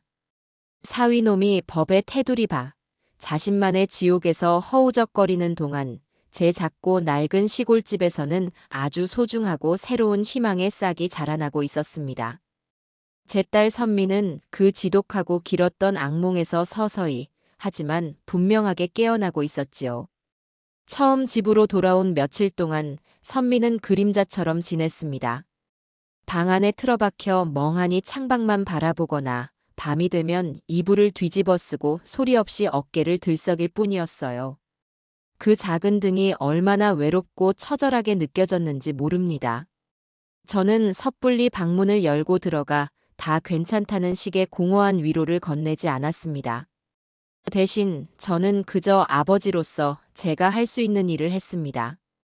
아침이면 갓 지은 쌀밥에 구수한 된장국을 끓여 방문 앞에 놓아주었고 점심이면 텃밭에서 직접 기른 상추와 풋고추를 씻어 딸의 방에 들여보냈습니다. 그리고 저녁이면 아무 말 없이 딸의 방문 앞에 앉아 방 안에서 새어나오는 작은 뒤척임 소리에 귀를 기울이며 밤을 지새웠지요. 아빠가 여기 있다. 너는 절대 혼자가 아니다라는 것을 그렇게라도 알려주고 싶었습니다. 저는 억지로 딸을 세상 밖으로 끄집어내고 싶지 않았습니다. 대신 딸이 스스로 세상으로 걸어 나올 힘과 용기를 되찾게 해주고 싶었어요. 그래서 어느 화창한 봄날 아침, 며칠 만에 방에서 나온 선미의 손에 작은 호미 하나를 쥐어주었습니다. 선미야, 아빠 허리가 쑤셔서 그러는데 저기 텃밭에 잡초 좀 같이 뽑아주지 않겠니? 선미는 아무 말 없이 저를 따라 나섰습니다. 우리는 마당 끝 텃밭에 나란히 쪼그려 앉아 말없이 잡초를 뽑기 시작했습니다. 처음에는 흙 만지는 것조차 서먹해하던 딸의 손길이 1시간이 지나고 2시간이 지나자 조금씩 자연스러워져 갔습니다. 우리는 따스한 봄 햇살을 온몸으로 받으며 함께 땀을 흘렸고 흙냄새와 풀냄새가 뒤섞인 싱그러운 공기를 함께 마셨습니다. 그날 오후 집으로 돌아와 툇마루에 앉아 있는데 선미가 아주 오랜만에 제게 먼저 말을 걸었습니다. 아빠, 저기 상추잎에 벌레가 많이 먹었네. 약을 쳐야 하는 거 아니야? 저는 그 한마디가 얼마나 반갑고 고마웠는지 모릅니다. 무채색이던 딸의 세상에 다시 작은 색깔이 생겨나기 시작했다는 신호였으니까요. 그날 이후 텃밭을 가꾸는 것은 우리 부녀의 가장 중요한 일과가 되었습니다. 선미는 매일 아침 저보다 먼저 텃밭에 나가 자신이 심은 작은 씨앗들이 어떻게 자라고 있는지 들여다보곤 했습니다. 흙 속에서 파릇한 새싹이 돋아나는 것을 보며 아이처럼 신기해하고 기뻐하는 딸의 모습을 보는 것이 제게는 가장 큰 기쁨이었지요. 죽어있던 딸의 마음이 땅의 강인한 생명력과 함께 다시 살아나고 있었던 겁니다. 그러던 어느 날 오후 저희 집으로 반가운 손님이 찾아왔습니다. 마을에서 작은 육묘장을 운영하는 선미의 오랜 소꿉친구였지요. 어릴 적에는 유난히 붙어 다니더니 어른이 되어서는 각자의 삶이 바빠 서먹하게 지내온 모양이었습니다. 아저씨, 안녕하세요.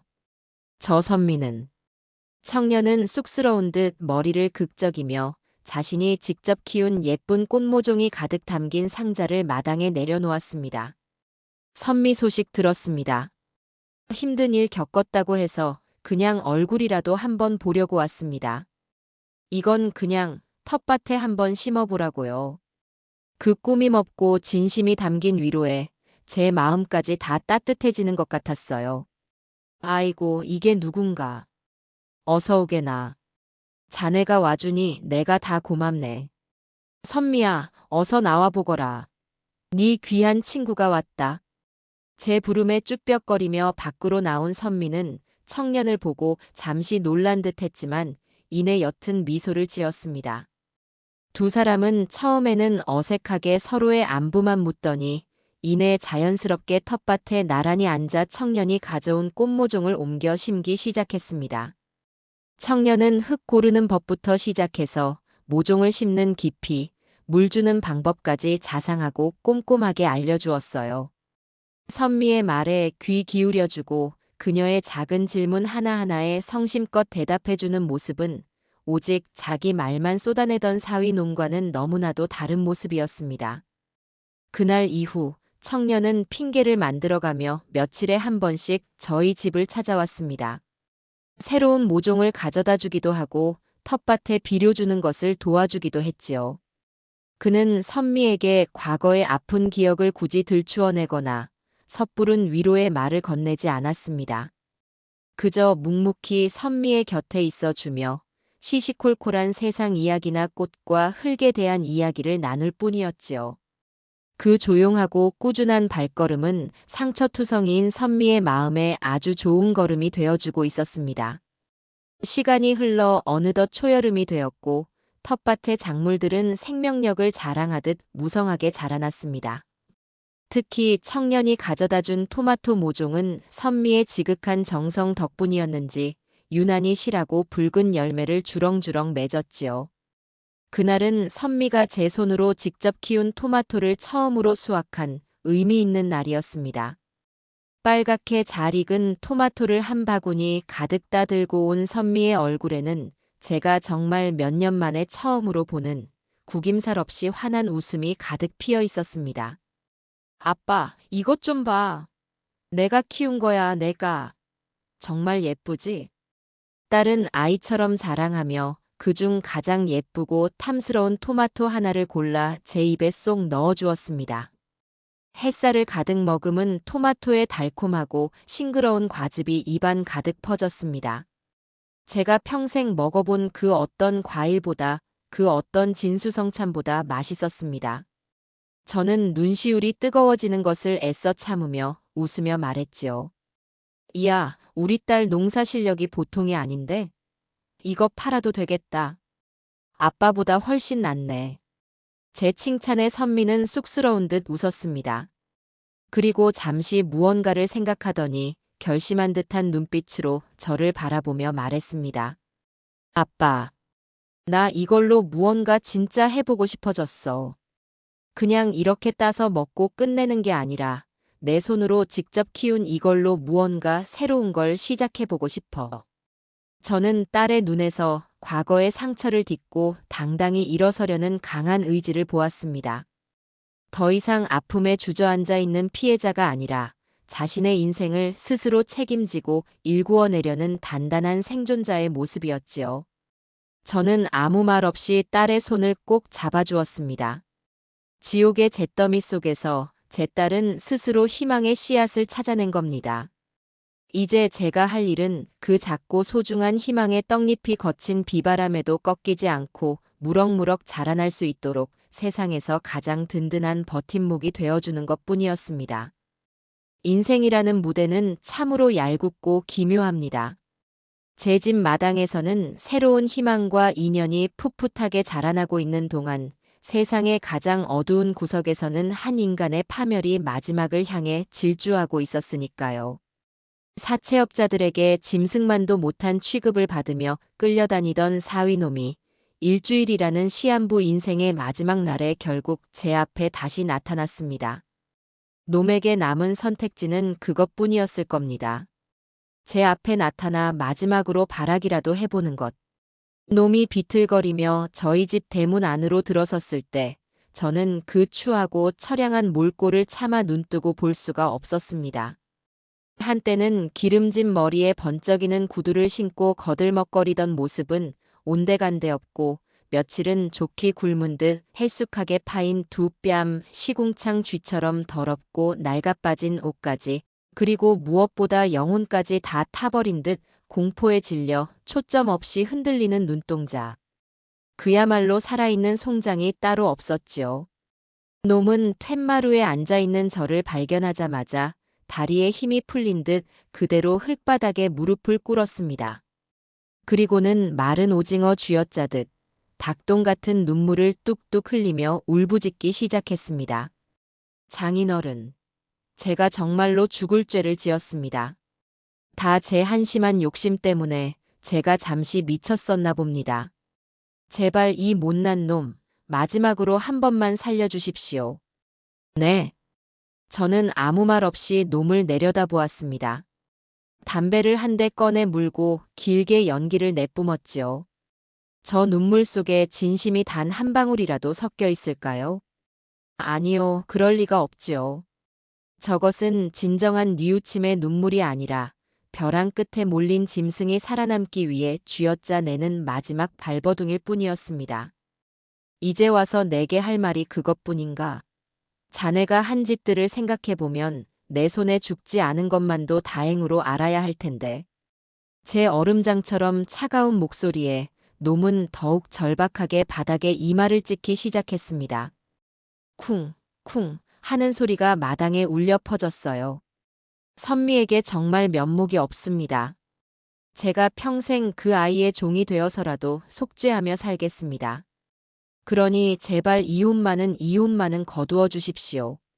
아니, 이혼은 어쩔 수 없다면 제발 위자료라도 조금만. 제가 지금 저놈들 손에 잡히면 정말로 죽습니다. 바다에 던져질지도 모릅니다. 장인어른. 역시나 놈의 진짜 목적은 돈이었습니다. 이 지경에 이르러서도 놈의 머릿속에는 오직 자신의 안위와 지긋지긋한 탐욕뿐이었던 겁니다. 저는 기가 막혀 헛웃음이 나왔습니다. 위자료라. 참으로 재미있는 소리를 하는군. 자네가 우리 선미에게 한 짓들을 생각해보면 자네의 목숨을 내놓아도 모자랄 판인데. 어디서 감히 그런 뻔뻔한 소리가 나오는가? 자네는 우리 선미의 몸과 마음에 그리고 내 가슴에 평생 씻을 수 없는 상처를 남겼어. 그걸 돈 몇 푼으로 퉁치겠다는 건가? 아닙니다. 절대 아닙니다. 제가 다 갚겠습니다. 평생을 바쳐서라도 다 갚겠습니다. 그러니 제발 선미 어머니께서 남겨주신 그 땅이라도, 그 땅의 절반만이라도 떼어주시면 제가 빚을 청산하고 정말 새 사람이 되어서. 결국 놈의 입에서 그 말이 나오고야 말았습니다. 제 아내가 우리 선미가 행여나 시집가서 고생할까봐 눈을 감는 마지막 순간까지 손에서 놓지 못하고 걱정했던 그 땅. 우리 가족의 역사와 추억이 고스란히 담겨있는 그 땅을 이 짐승만도 못한 놈이 감히 더러운 입에 올린 겁니다. 저는 더 이상 놈의 역겨운 연극을 들어줄 수가 없었습니다.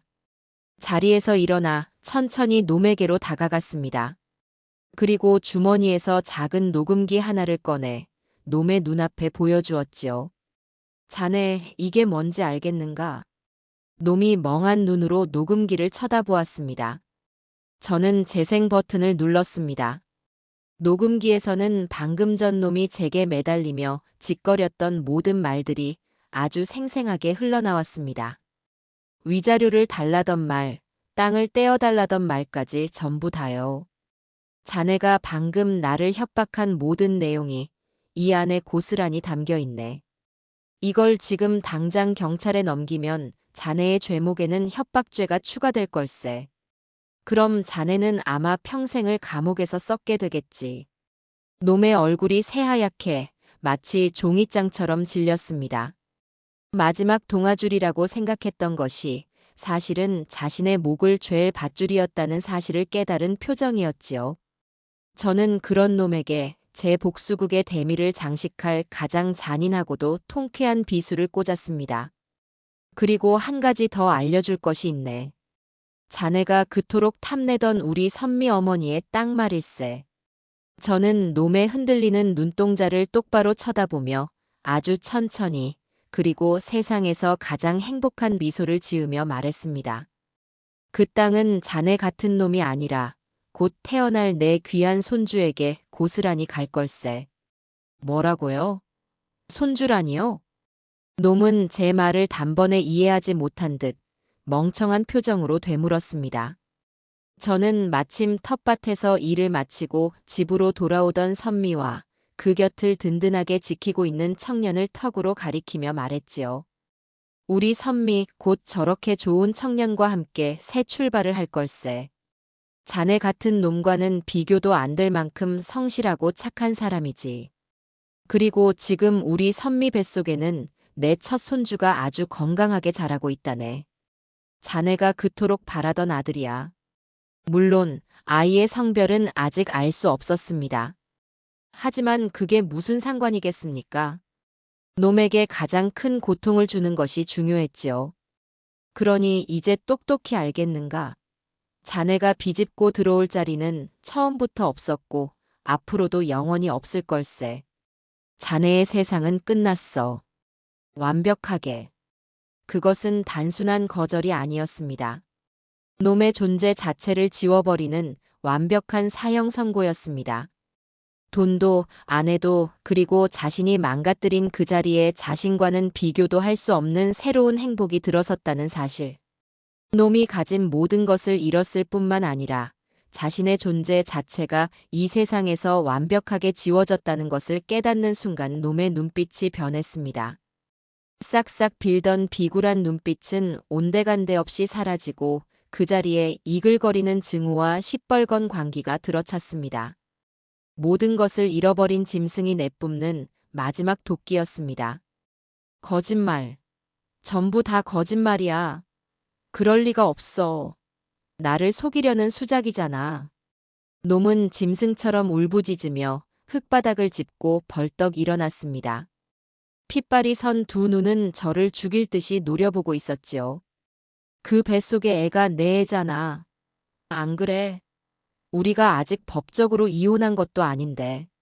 아니면 혹시 니들끼리 눈이 맞아서 놀아나? 이 더러운 것들이 감히 나를 속여.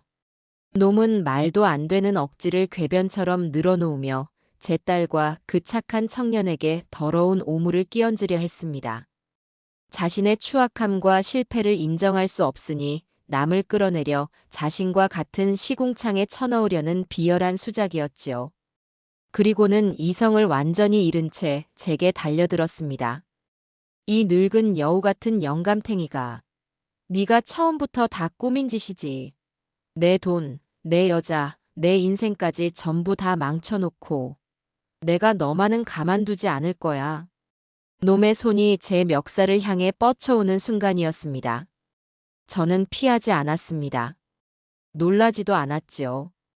그저 차가운 눈으로 광기에 휩싸여 달려드는 놈을 바라볼 뿐이었습니다. 이 모든 것은 제 계획의 마지막, 화려한 피날레였을 뿐이니까요. 놈의 손이 제게 닿기 불과 한 뼘 전이었습니다. 어딜? 벼락 같은 고함 소리와 함께 열려있던 대문 밖에서 그림자처럼 나타난 사내들이 놈의 앞을 가로막았습니다. 그리고는 순식간에 놈의 양팔을 뒤로 꺾어 바닥에 꼼짝 못하게 짓눌렀습니다. 바로 놈에게 일주일의 시간을 주었던 그 지옥의 사냥개들이었습니다. 저는 이 모든 상황을 완벽하게 계산하고 있었습니다. 놈이 제게 찾아오기 1시간 전, 저는 사채업자에게 미리 전화를 걸어두었지요.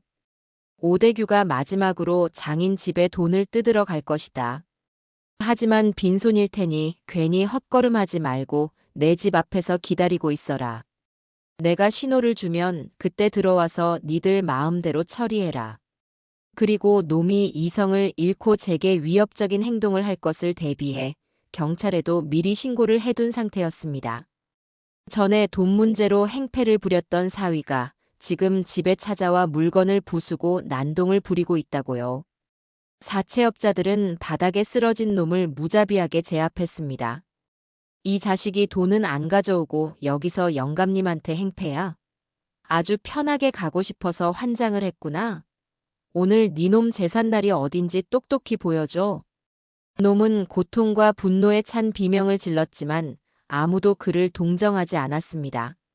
마당에서 이 소란을 듣고 놀라 달려나온 선미와 청년은 그저 차갑고 경멸 어린 눈으로 그 광경을 내려다볼 뿐이었지요. 놈이 뿌린 씨앗이 그대로 놈에게 돌아가는 인과응보의 현장이었습니다. 그리고 바로 그때 타이밍을 맞춘 듯 요란한 사이렌 소리가 동네 전체에 울려 퍼졌습니다.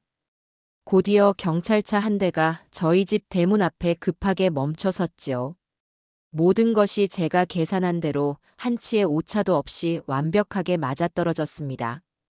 경찰들이 마당으로 들이닥치자 사채업자들은 잠시 당황하는 듯 했지만 이내 약속이라도 한 듯 놈을 제압하던 손을 풀고 뒤로 물러섰습니다. 그리고는 자신들이야말로 피해자라는 듯 뻔뻔한 연기를 시작했지요. 아이고 경찰 양반들. 잘 오셨습니다. 저희는 그냥 빌려준 돈 받으러 조용히 찾아온 겁니다. 그런데 이놈이 갑자기 이 어르신한테 달려들지 않겠습니까? 사람 잡는 줄 알고 저희가 뜯어말리다가 이렇게 된 겁니다. 아이고, 저희 아니었으면 어르신 큰일 날 뻔했습니다. 경찰은 일단 아수라장이 된 상황을 수습하기 위해 바닥에 큰 대자로 뻗어 있는 오대규와 사채업자들, 그리고 저까지 모두 조사를 해야겠다며 경찰서로 동행할 것을 요구했습니다. 경찰서에서 모든 진실이 밝혀졌습니다. 저는 놈이 제게 위협적인 행동을 한 것에 대해 증언했고 제가 미리 녹음해둔 협박 녹취 파일까지 결정적인 증거로 제출했습니다. 사채업자들은 끈질긴 조사 끝에 불법 채권 추심 혐의를 일부 인정할 수밖에 없었지요. 하지만 가장 큰 수확은 역시나 오대규 그 자체였습니다. 모든 것을 잃고 완전히 궁지에 몰린 놈은 경찰 조사 과정에서 자포자기하는 심정으로 자신의 모든 범죄를 스스로 줄줄 불어버린 겁니다. 보조금 사기 시도, 마을 사람들을 상대로 한 파렴치한 사기 행각, 그리고 심지어는 선미가 트럭 사고를 냈을 때 자신이 일부러 돕지 않고 그 상황을 비웃으며 즐겼다는 사실까지. 그래, 내가 그랬다. 그 잘난 척하는 영감탱이 앞에서 마누라년이 벌벌 떠는 꼴이 아주 쌤통이고 재밌어서 그랬다. 그래서 뭐, 어쩔 건데. 다 망했는데. 놈의 마지막 자백은 제 길고 길었던 복수극의 완벽한 마침표를 찍어주었습니다. 결국 오대규는 상습 사기, 협박, 위협 등 수많은 죄목이 더해져 법의 엄중한 심판을 받게 되었습니다. 이제 놈이 돌아올 곳은 이 세상 어디에도 없었어요. 설령 긴 시간이 흘러 감옥에서 죗값을 치르고 나온다 해도 그를 기다리는 것은 지옥의 사채빛과 사람들의 차갑고 경멸 어린 시선뿐일 테니까요. 저는 경찰서에서 모든 조사를 마치고 나오며 아주 오랜만에 밤하늘을 올려다보았습니다. 동쪽 하늘이 희미하게 밝아오고 있었어요. 제 손에 더러운 것을 직접 묻히지 않고 놈 스스로가 파놓은 지옥의 구렁텅이로 놈을 완벽하게 밀어 넣는 데 성공한 겁니다. 이제 정말로 모든 것이 끝났습니다. 집으로 돌아가면 저를 걱정하며 밤새 잠 못 이루었을 내 딸과 그 곁을 든든하게 지켜주는 새로운 가족이 있었습니다.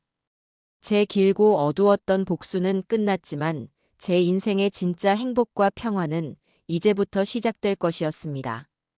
사위놈, 아니, 이제는 그저 오대규라는 이름의 한낱 범죄자가 된 그 인간은 결국 법의 엄중한 심판을 받게 되었습니다.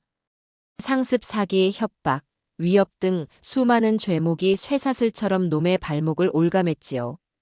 재판이 진행되는 내내 놈은 억울하다며 제가 모든 것을 꾸민 함정이라며 발악했지만 이미 증거는 차고 넘쳤습니다. 결국 놈에게는 수년에 달하는 징역형이 선고되었습니다. 판사의 마지막 말이 법정에 울려 퍼지는 순간 저는 아무런 표정도 짓지 않았습니다. 기쁨도 통쾌함도 아니었습니다. 그저 아주 길고 지독했던 열병의 마지막 10꽃이 떨어지는 것을 보는 듯한 그런 허무하고도 고요한 감정이 제 온몸을 감쌌지요. 모든 것이 끝났다고 생각했습니다. 이제 남은 것은 선미와 제 마음의 상처를 보듬고 새로 태어날 아기와 함께 행복하게 살아가는 것뿐이라고요. 하지만 과거의 악연이라는 것은 생각보다 훨씬 더 질기고 끈질긴 법이었습니다. 어느 날 오후 낯선 중년 여인 한 명이 수소문 끝에 저희 집을 찾아왔습니다. 단정하게 차려입었지만 그늘진 얼굴과 깊은 눈가의 주름은 그녀가 겪어온 고된 세월을 짐작하게 했지요. 저는 경계심을 품고 그녀가 누구인지 물었습니다. 여인은 한참을 망설이다 떨리는 목소리로 자신의 신분을 밝혔습니다. 제가 오대규 그 인간의 첫 번째 아내였던 사람입니다. 그 한마디에 제 심장이 쿵 하고 내려앉는 것 같았습니다. 과거의 망령이 예고도 없이 제 평화로운 일상 속으로 걸어 들어온 겁니다. 저는 말없이 여인을 집 안으로 들였습니다. 선미는 마침 친구인 그 청년과 함께 읍내병원에 정기검진을 받으러 가고 없었지요. 어쩌면 다행이었습니다. 제 딸에게 또 다른 상처의 기억을 마주하게 하고 싶지는 않았으니까요. 툇마루에 마주 앉아 우리는 한참 동안 아무 말이 없었습니다. 무슨 말을 어디서부터 어떻게 시작해야 할지 둘 다 알지 못하는 듯 했지요. 제가 먼저 어색한 침묵을 깼습니다. 어떻게 여기까지 오셨습니까? 신문이라도 보신 겁니까? 네. 작은 기사였지만 그 인간 이름이 너무 선명해서 잊을 수가 없었습니다. 기사를 읽고 지난 며칠간 잠을 한숨도 잘 수가 없었어요. 혹시나 아주 혹시나 그 인간이 또 다른 사람의 인생을 망가뜨린 건 아닐까 싶어서요. 그래서 무작정 찾아왔습니다. 따님은 괜찮으신 겁니까? 여인의 목소리에는 가식 없는 걱정이 묻어 있었습니다. 자신 또한 지옥 같은 시간을 보냈기에 또 다른 피해자의 안부가 진심으로 궁금했던 것이지요. 저는 차마 고개를 들지 못하고 낮은 목소리로 대답했습니다. 몸은 괜찮습니다. 하지만 마음이야 오죽하겠습니까? 평생 짊어지고 가야 할 상처를 입었습니다. 제 말에 여인의 눈가가 붉어졌습니다. 그리고는 본물 터지듯 자신이 겪었던 지난 시간들을 쏟아내기 시작했습니다. 저도 똑같았습니다. 10년도 더 된 일이네요. 그때 그 인간은 번듯한 중소기업에 다니는 총각 행세를 하며 제게 접근했습니다. 부모님이 물려주신 작은 상가 건물을 노리고 의도적으로 접근했다는 걸 그때는 꿈에도 몰랐지요. 얼마나 헌신적이고 자상했는지 모릅니다. 세상에 이렇게 좋은 남자가 있을까 싶었지요. 여인의 이야기는 놀랍도록 제 딸 선미의 경우와 닮아 있었습니다.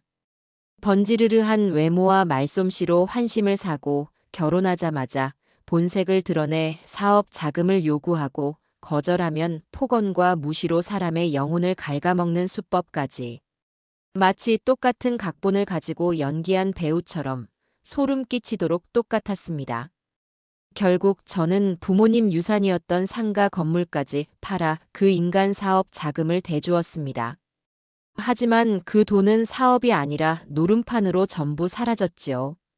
모든 것을 잃고 나서야 저는 제가 사기를 당했다는 걸 깨달았습니다. 그 인간은 제게 이혼 서류 한 장을 던져주고는 빚더미만 남긴 채 사라져버렸습니다. 그 후로 저는 죽지 못해 살았습니다. 사람을 믿는 것이 두려워졌고 세상이 원망스러웠습니다. 여인은 손수건으로 눈물을 훔치며 떨리는 목소리로 말을 이었습니다. 그런데 오늘 어르신을 뵙고 따님 이야기를 들으니 지난 세월의 제 모습이 겹쳐 보여서 가슴이 너무 아픕니다. 그리고 한편으로는 부럽습니다. 어르신께서는 따님을 지켜내셨지 않습니까? 저와는 달리. 그녀는 제게서 아버지를 보았고 저는 그녀에게서 제 딸을 보았습니다. 우리는 피 한 방울 섞이지 않은 남이었지만 같은 악마에게 핥히어진 깊은 상처를 공유하고 있었지요. 그 어떤 위로의 말보다 더 깊은 유대감이 우리 사이에 조용히 흘렀습니다. 한참을 울던 여인은 결심한 듯 가방에서 낡은 서류 봉투 하나를 꺼냈습니다. 어르신, 제가 오늘 이곳에 온 진짜 이유입니다. 봉투 안에는 오대규가 과거에 저질렀던 사기 행각에 대한 증거 자료들이 가득 들어 있었습니다. 위조된 사업 계획서, 허위 세금 계산서, 그리고 그가 다른 사람들에게 돈을 빌리며 썼던 차용증 사본까지. 그녀는 지난 10년간 언젠가 그를 다시 만날 날을 기다리며 이 모든 것을 버리지 않고 간직해왔던 겁니다. 그 인간 지금 재판을 받고 있다고 들었습니다. 아마 몇 년 살고 나오겠지요. 하지만 이 자료들이 있다면 이야기는 달라질 겁니다. 이건 제가 당했던 사건의 증거들입니다. 공소시효가 아슬아슬하게 남아있을 겁니다. 이 증거들을 검사에게 넘기십시오. 그럼 그 인간은 지금 받고 있는 재판이 끝나더라도 또 다른 재판을 받아야만 할 겁니다. 어쩌면 평생을 감옥에서 보내게 될지도 모르지요. 여인의 눈빛은 더 이상 슬픔에 젖어 있지 않았습니다. 지독한 증오를 넘어 정의를 갈망하는 단단한 빛을 띠고 있었지요. 그녀는 자신의 복수를 하는 것이 아니었습니다. 또 다른 피해자가 나오는 것을 막고 이 세상에서 악의 고리를 끊어내기 위해 마지막 용기를 낸 겁니다. 부디 따님을 위해서라도, 그리고 저처럼 이름도 없이 쓰러져간 또 다른 피해자들을 위해서라도 그 인간이 다시는 세상 밖으로 나오지 못하게 막아주십시오. 저는 떨리는 손으로 서류 봉투를 받아들었습니다. 그것은 종이 몇 장이 아니었습니다. 한 여인이 감내해야 했던 고통의 세월이자 악을 향한 처절한 응징의 기록이었습니다. 저는 여인의 손을 말없이 굳게 잡았습니다. 고맙습니다. 정말 고맙습니다. 당신의 용기가 헛되지 않도록 제가 반드시 그렇게 만들겠습니다. 그날 오후 저는 여인이 건네준 자료들을 가지고 곧장 검찰청으로 향했습니다.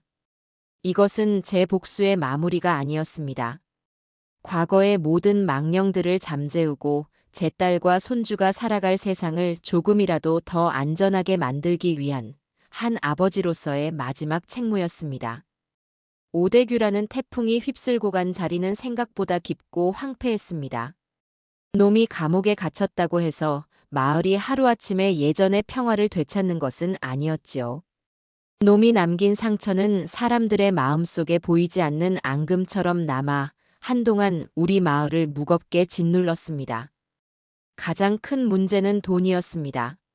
놈에게 쌈짓돈을 떼인 어르신들은 자식들 볼 면목이 없다며 고개를 숙이고 다니셨고, 젊은 사람들은 한순간의 욕심으로 평생 모은 돈을 잃었다는 자괴감에 빠져 서로를 탓하며 다투기 일쑤였습니다. 한때는 가족처럼 끈끈했던 마을 인심이 불신과 원망으로 조금씩 금이 가고 있었던 겁니다. 저는 그 모든 광경을 지켜보며 무거운 책임감을 느꼈습니다. 비록 제가 시작한 복수극이 결과적으로는 옳은 일이었다고 해도 그 과정에서 마을 전체가 큰 홍역을 앓게 된 것은 부정할 수 없는 사실이었으니까요. 놈은 제 사위였고 그 굴레에서 저 또한 자유로울 수 없었습니다. 이 상처를 보듬고 공동체의 신뢰를 회복하는 것 또한 제게 남겨진 마지막 과제였습니다. 며칠을 고민한 끝에 저는 이장님을 찾아가 마을 회의를 소집해달라고 부탁했습니다. 그리고 며칠 뒤 마을 회관은 오랜만에 모든 주민들이 모여 발 디딜 틈이 없었지요. 흉흉한 분위기 속에서 저는 연단 앞에 섰습니다. 마을 사람들은 제가 사위놈을 잡는데 큰 역할을 했다는 것을 알고 있었지만 한편으로는 네가 데려온 사위 때문에 이 사달이 났다는 원망의 눈초리를 보내는 사람도 덜어 있었습니다. 저는 그 모든 시선을 피하지 않고 허리를 깊이 숙여 사죄의 말씀을 먼저 올렸습니다. 마을 어르신들, 그리고 주민 여러분, 제가 먼저 죄송하다는 말씀을 올립니다. 못난 사위 하나 제대로 알아보지 못하고 우리 마을에 큰 분란을 일으킨 것, 다 제 불찰입니다. 저 또한 그놈이 제 사위라는 굴레에서 자유로울 수 없는 사람입니다. 제게도 분명 책임이 있습니다. 정말 죄송합니다. 제 진심 어린 사과에 웅성거리던 회관안이 조금 조용해졌습니다. 저는 이어서 제가 내린 결심을 밝혔습니다. 그래서 제가 오늘 이 자리에서 한 가지 제안을 드리고자 합니다. 오대규 그놈에게 돈을 떼인 분들의 피해를 제가 조금이나마 갚아드리고자 합니다. 사람들의 눈이 휘둥그레졌습니다. 제가 무슨 말을 하려는지 모두들 숨을 죽이고 제 입을 쳐다보았지요. 제가 가진 땅 중에 저수지 옆에 붙은 묵정론이 하나 있습니다. 농사짓기에는 척박한 땅이지만 최근에 그 근처로 도로가 난다는 계획이 있어서 땅값이 제법 올랐다고 하더군요. 제가 그 땅을 팔겠습니다. 그리고 그 돈으로 이번 일로 피해를 보신 분들께 제가 대신 빚을 갚아드리겠습니다. 제 말이 끝나자 회관 안은 그야말로 찬물을 끼얹은 듯 조용해졌습니다. 아무도 예상하지 못했던 제안이었을 겁니다. 잠시 후 이장님이 마이크를 잡고 떨리는 목소리로 말했습니다. 김영감, 지금 그게 무슨 소린가? 그 땅, 자네 조상 대대로 물려온 땅 아니던가. 그걸 팔겠다니. 자네가 왜 자네 돈으로 그놈 빚을 갚는단 말인가? 그럴 순 없네. 아닙니다, 이장님. 이건 단순히 돈을 갚는 문제가 아닙니다. 돈 때문에 서로 얼굴 붉히고 등 돌리는 우리 마을의 모습을 저는 더 이상 보고 있을 수가 없습니다. 이 돈은 제가 그놈 대신 내는 빚이 아니라 우리가 다시 예전처럼 웃고 지내기 위해 꼭 필요한 우리 공동체의 신뢰를 회복하는 돈이라고 생각해 주십시오. 그러니 부디 제 뜻을 받아주셨으면 합니다. 저는 그 자리에서 가장 큰 피해를 본 박 할머니께 다가가 미리 준비해간 현금 뭉치를 손에 쥐어드렸습니다. 할머니, 죄송합니다. 이걸로 우선 우리 손주 등록금부터 내주십시오. 박 할머니는 제 손을 잡고 아무 말 없이 눈물만 흘리셨습니다. 그 눈물을 시작으로 회가 나는 이내 훌쩍이는 소리로 가득 찼습니다. 원망과 불신으로 얼어붙었던 사람들의 마음이 제 작은 진심 하나에 조금씩 녹아내리고 있었던 겁니다. 물론 제 땅을 판 돈으로 모든 피해를 복구할 수는 없었습니다. 하지만 그것은 시작이었습니다. 제 행동에 감동한 마을 사람들은 너도 나도 조금씩 돈을 보태어 마을 상조 기금을 만들었습니다. 그리고 그 기금으로 우리는 함께 상처를 보듬고 서로의 어려움을 돕기 시작했지요. 오대규가 남긴 상처는 역설적으로 우리 마을을 더욱 단단하고 끈끈하게 만들어주는 계기가 된 겁니다. 한편 제 딸 선미의 상처를 보듬는 시간은 오롯이 저와 선미 둘만의 몫이었습니다. 마을의 상처가 아물어갈수록 저는 제 딸의 마음속 깊은 상처를 들여다보아야만 했습니다. 선미는 겉으로는 많이 밝아졌지만 밤이 되면 여전히 악몽에 시달리곤 했습니다. 저는 더 이상 이렇게 둘 수 없다고 생각했어요. 어느 날 저녁, 저는 조심스럽게 선미에게 시내에 있는 심리 상담센터에 가보는 것이 어떻겠냐고 물었습니다. 선미야, 아픈 몸을 치료하려면 의원을 찾아가야 하듯이 마음이 아플 때도 마음의 의원을 찾아가야 하는 거란다. 부끄러운 일도 숨길 일도 아니야. 네가 겪은 일은 그 누구라도 감당하기 힘든 일이었어. 선미는 한참을 망설였습니다. 자신의 가장 아픈 상처를 낯선 사람에게 꺼내 보이는 것이 두려웠을 겁니다. 하지만 며칠 뒤 선미는 스스로 용기를 내어 제게 말했습니다. 아빠, 나 가볼래. 더 이상 이렇게 숨어서 아파하고 싶지 않아.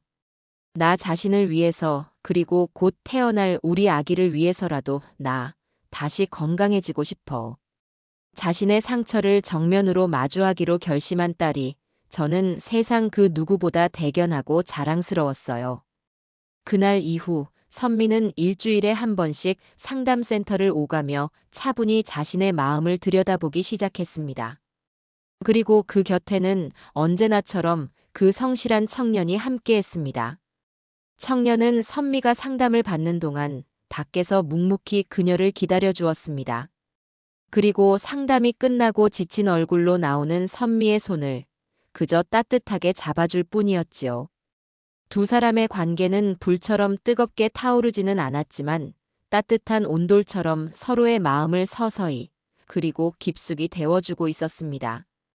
그렇게 시간은 흘러갔습니다. 마을의 상처가 아물고 제 딸의 마음에도 조금씩 새살이 돋아나고 있었습니다. 길고 어두웠던 터널의 끝이 아주 조금씩 보이기 시작하고 있었습니다. 그로부터 꼭 1년이라는 시간이 흘렀어요. 강산이 한번 변한다는 그 10년의 세월에 비하면 짧은 시간이지만 제 딸과 저에게는 세상이 통째로 뒤바뀐 것 같은 아주 길고도 의미 있는 시간이었습니다. 가장 큰 변화는 역시나 제 딸 선미였어요. 한때는 지옥의 잿더미 속에서 희망 없이 쓰러져 가던 그 아이가 이제는 누구보다 강인하고 빛나는 사람이 되어 있었으니까요. 선미가 텃밭 한 구석에서 취미처럼 시작했던 유기농 작물 재배는 이제 제법 어엿한 작은 사업이 되어 있었습니다.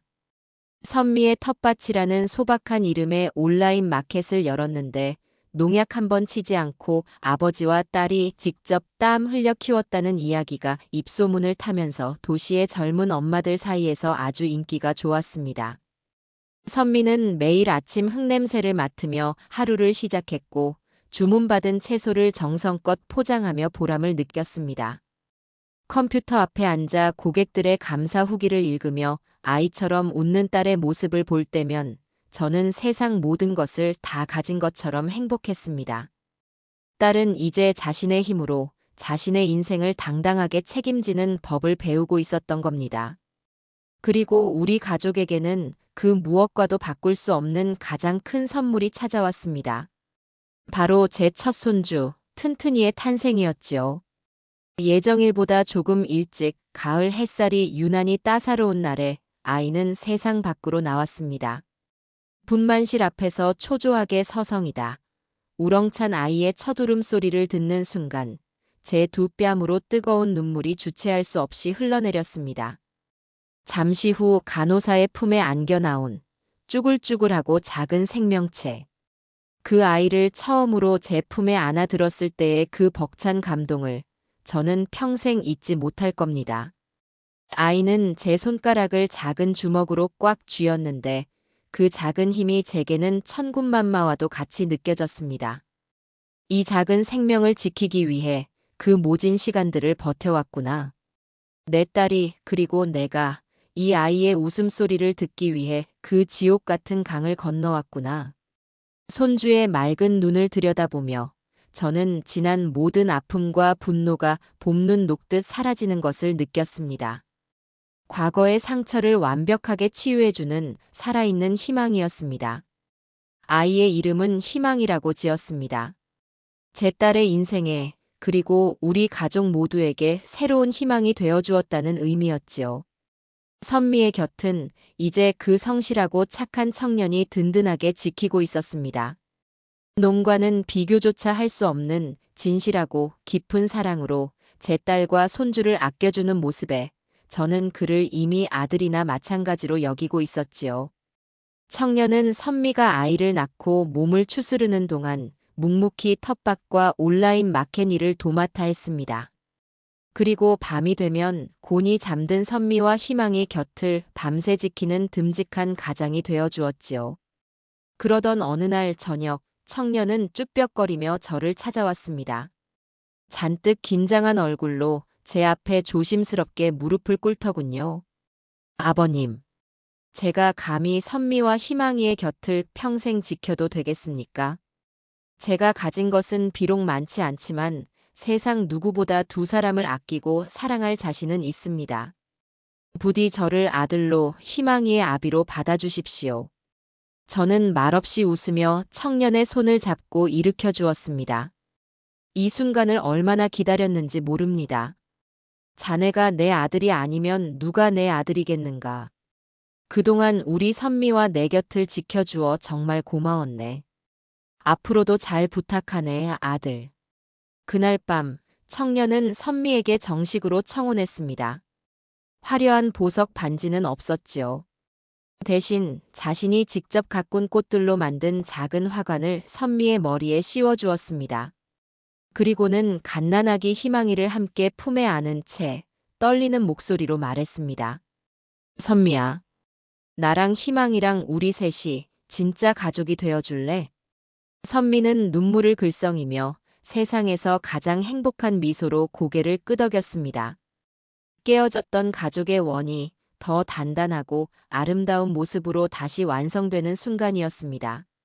마을의 가을 축제가 열린 날, 저는 새 사위가 미는 유모차에 앉은 손주 희망이의 손을 잡고 축제 구경에 나섰습니다. 선미는 친구들과 제잘거리며 웃고 있었고 그 모습을 바라보는 제 마음은 더할 나위 없이 충만했습니다. 한때는 복수심으로 가득 차 있던 제 마음이 이제는 감사와 행복으로 가득 채워져 있었습니다. 이것이 제가 진정으로 바라던 풍경이었습니다. 지독한 악연이 남긴 상처 위에서 이렇게 눈부신 행복이 만개할 줄이야. 정말 꿈만 같은 날이었습니다. 어느덧 시간이 흘러 손주 희망이가 툇마루를 엉금엉금 기어다닐 만큼 자랐습니다. 저는 해질녘 이면 툇마루에 앉아 마당 한편에 세워둔 제 낡은 트럭을 바라보는 것이 새로운 버릇이 되었지요. 긁히고 찌그러진 상처투성이지만 저 트럭은 평생 제 땀과 눈물을 싣고 가족의 생계를 책임져온 든든한 동지였습니다. 트럭을 보고 있노라면 지난 몇 년간의 시간이 영화처럼 스쳐 지나가곤 합니다. 사위놈의 그 악마 같던 미소를 처음 보았던 날의 충격, 복수를 결심하며 밤을 지새웠던 수많은 밤들, 그리고 제 손으로 놈을 나락으로 떨어뜨렸던 순간들까지. 저는 가끔 스스로에게 묻습니다. 김정철, 네가 한 복수가 과연 옳았는가? 하고 말이지요. 제 행동이 법의 테두리 안에서 완벽하게 정의로웠다고는 생각하지 않습니다. 저 또한 놈을 잡기 위해 거짓말을 했고 놈을 함정에 빠뜨렸으니까요. 어쩌면 저 또한 복수라는 이름의 또 다른 죄를 지었는지도 모릅니다. 하지만 저는 후회하지 않습니다. 만약 시간을 되돌려 그날로 다시 돌아간다 해도 저는 똑같은 선택을 했을 겁니다. 그것은 선과 악의 문제가 아니었습니다. 제 딸을 지키려는 아비의 처절한 몸부림이었을 뿐이지요. 둥지 안에 알을 해치려는 구렁이를 마주한 아비새가 온몸을 던져 뱀의 눈을 쪼는 것은 본능입니다. 거기에는 옳고 그름의 잣대를 댈 수 없는 것이지요. 저는 영웅도 악인도 아닙니다. 그저 평생을 자식 하나만 보고 살아온 이 땅의 평범한 아버지일 뿐입니다. 그걸로 충분했습니다. 이제 제 마음속에는 더 이상 분노나 증오가 남아있지 않습니다. 그 검고 무거운 감정들이 있던 자리에는 손주의 웃음소리와 딸의 행복한 얼굴, 그리고 든든한 새 사위의 믿음직한 모습이 가득 들어차 있으니까요. 오대규 그놈이 어떻게 되었는지 저는 더 이상 궁금해하지 않습니다. 아마도 지금쯤 감옥 안에서 혹은 출소했더라도 자신을 기다리는 또 다른 지옥 속에서 자신이 저지른 죗값을 치르고 있겠지요. 놈은 이제 제 인생의 등장인물이 아닙니다. 그저 잊혀진 과거의 악몽일 뿐이지요. 아버지, 저녁 드세요. 오늘 희망이가 처음으로 할아버지 비슷한 소리를 냈어요. 선미가 희망이를 품에 안고 환한 미소로 저를 부릅니다. 새 사위는 어느새 마당에 저녁상이 차려진 작은 평상을 펴놓고 저를 기다리고 있었지요. 저는 자리에서 일어나 딸과 사위, 그리고 손주가 있는 그 따뜻한 불빛을 향해 걸어갔습니다. 저녁 노을이 우리 네 식구를, 그리고 우리가 함께 가꾸어온 이 작은 세상을 따뜻하고도 아름답게 비추고 있었어요. 천벌은 끝났습니다. 그리고 제 인생의 가장 평화롭고 가장 행복한 저녁이 시작되고 있었습니다.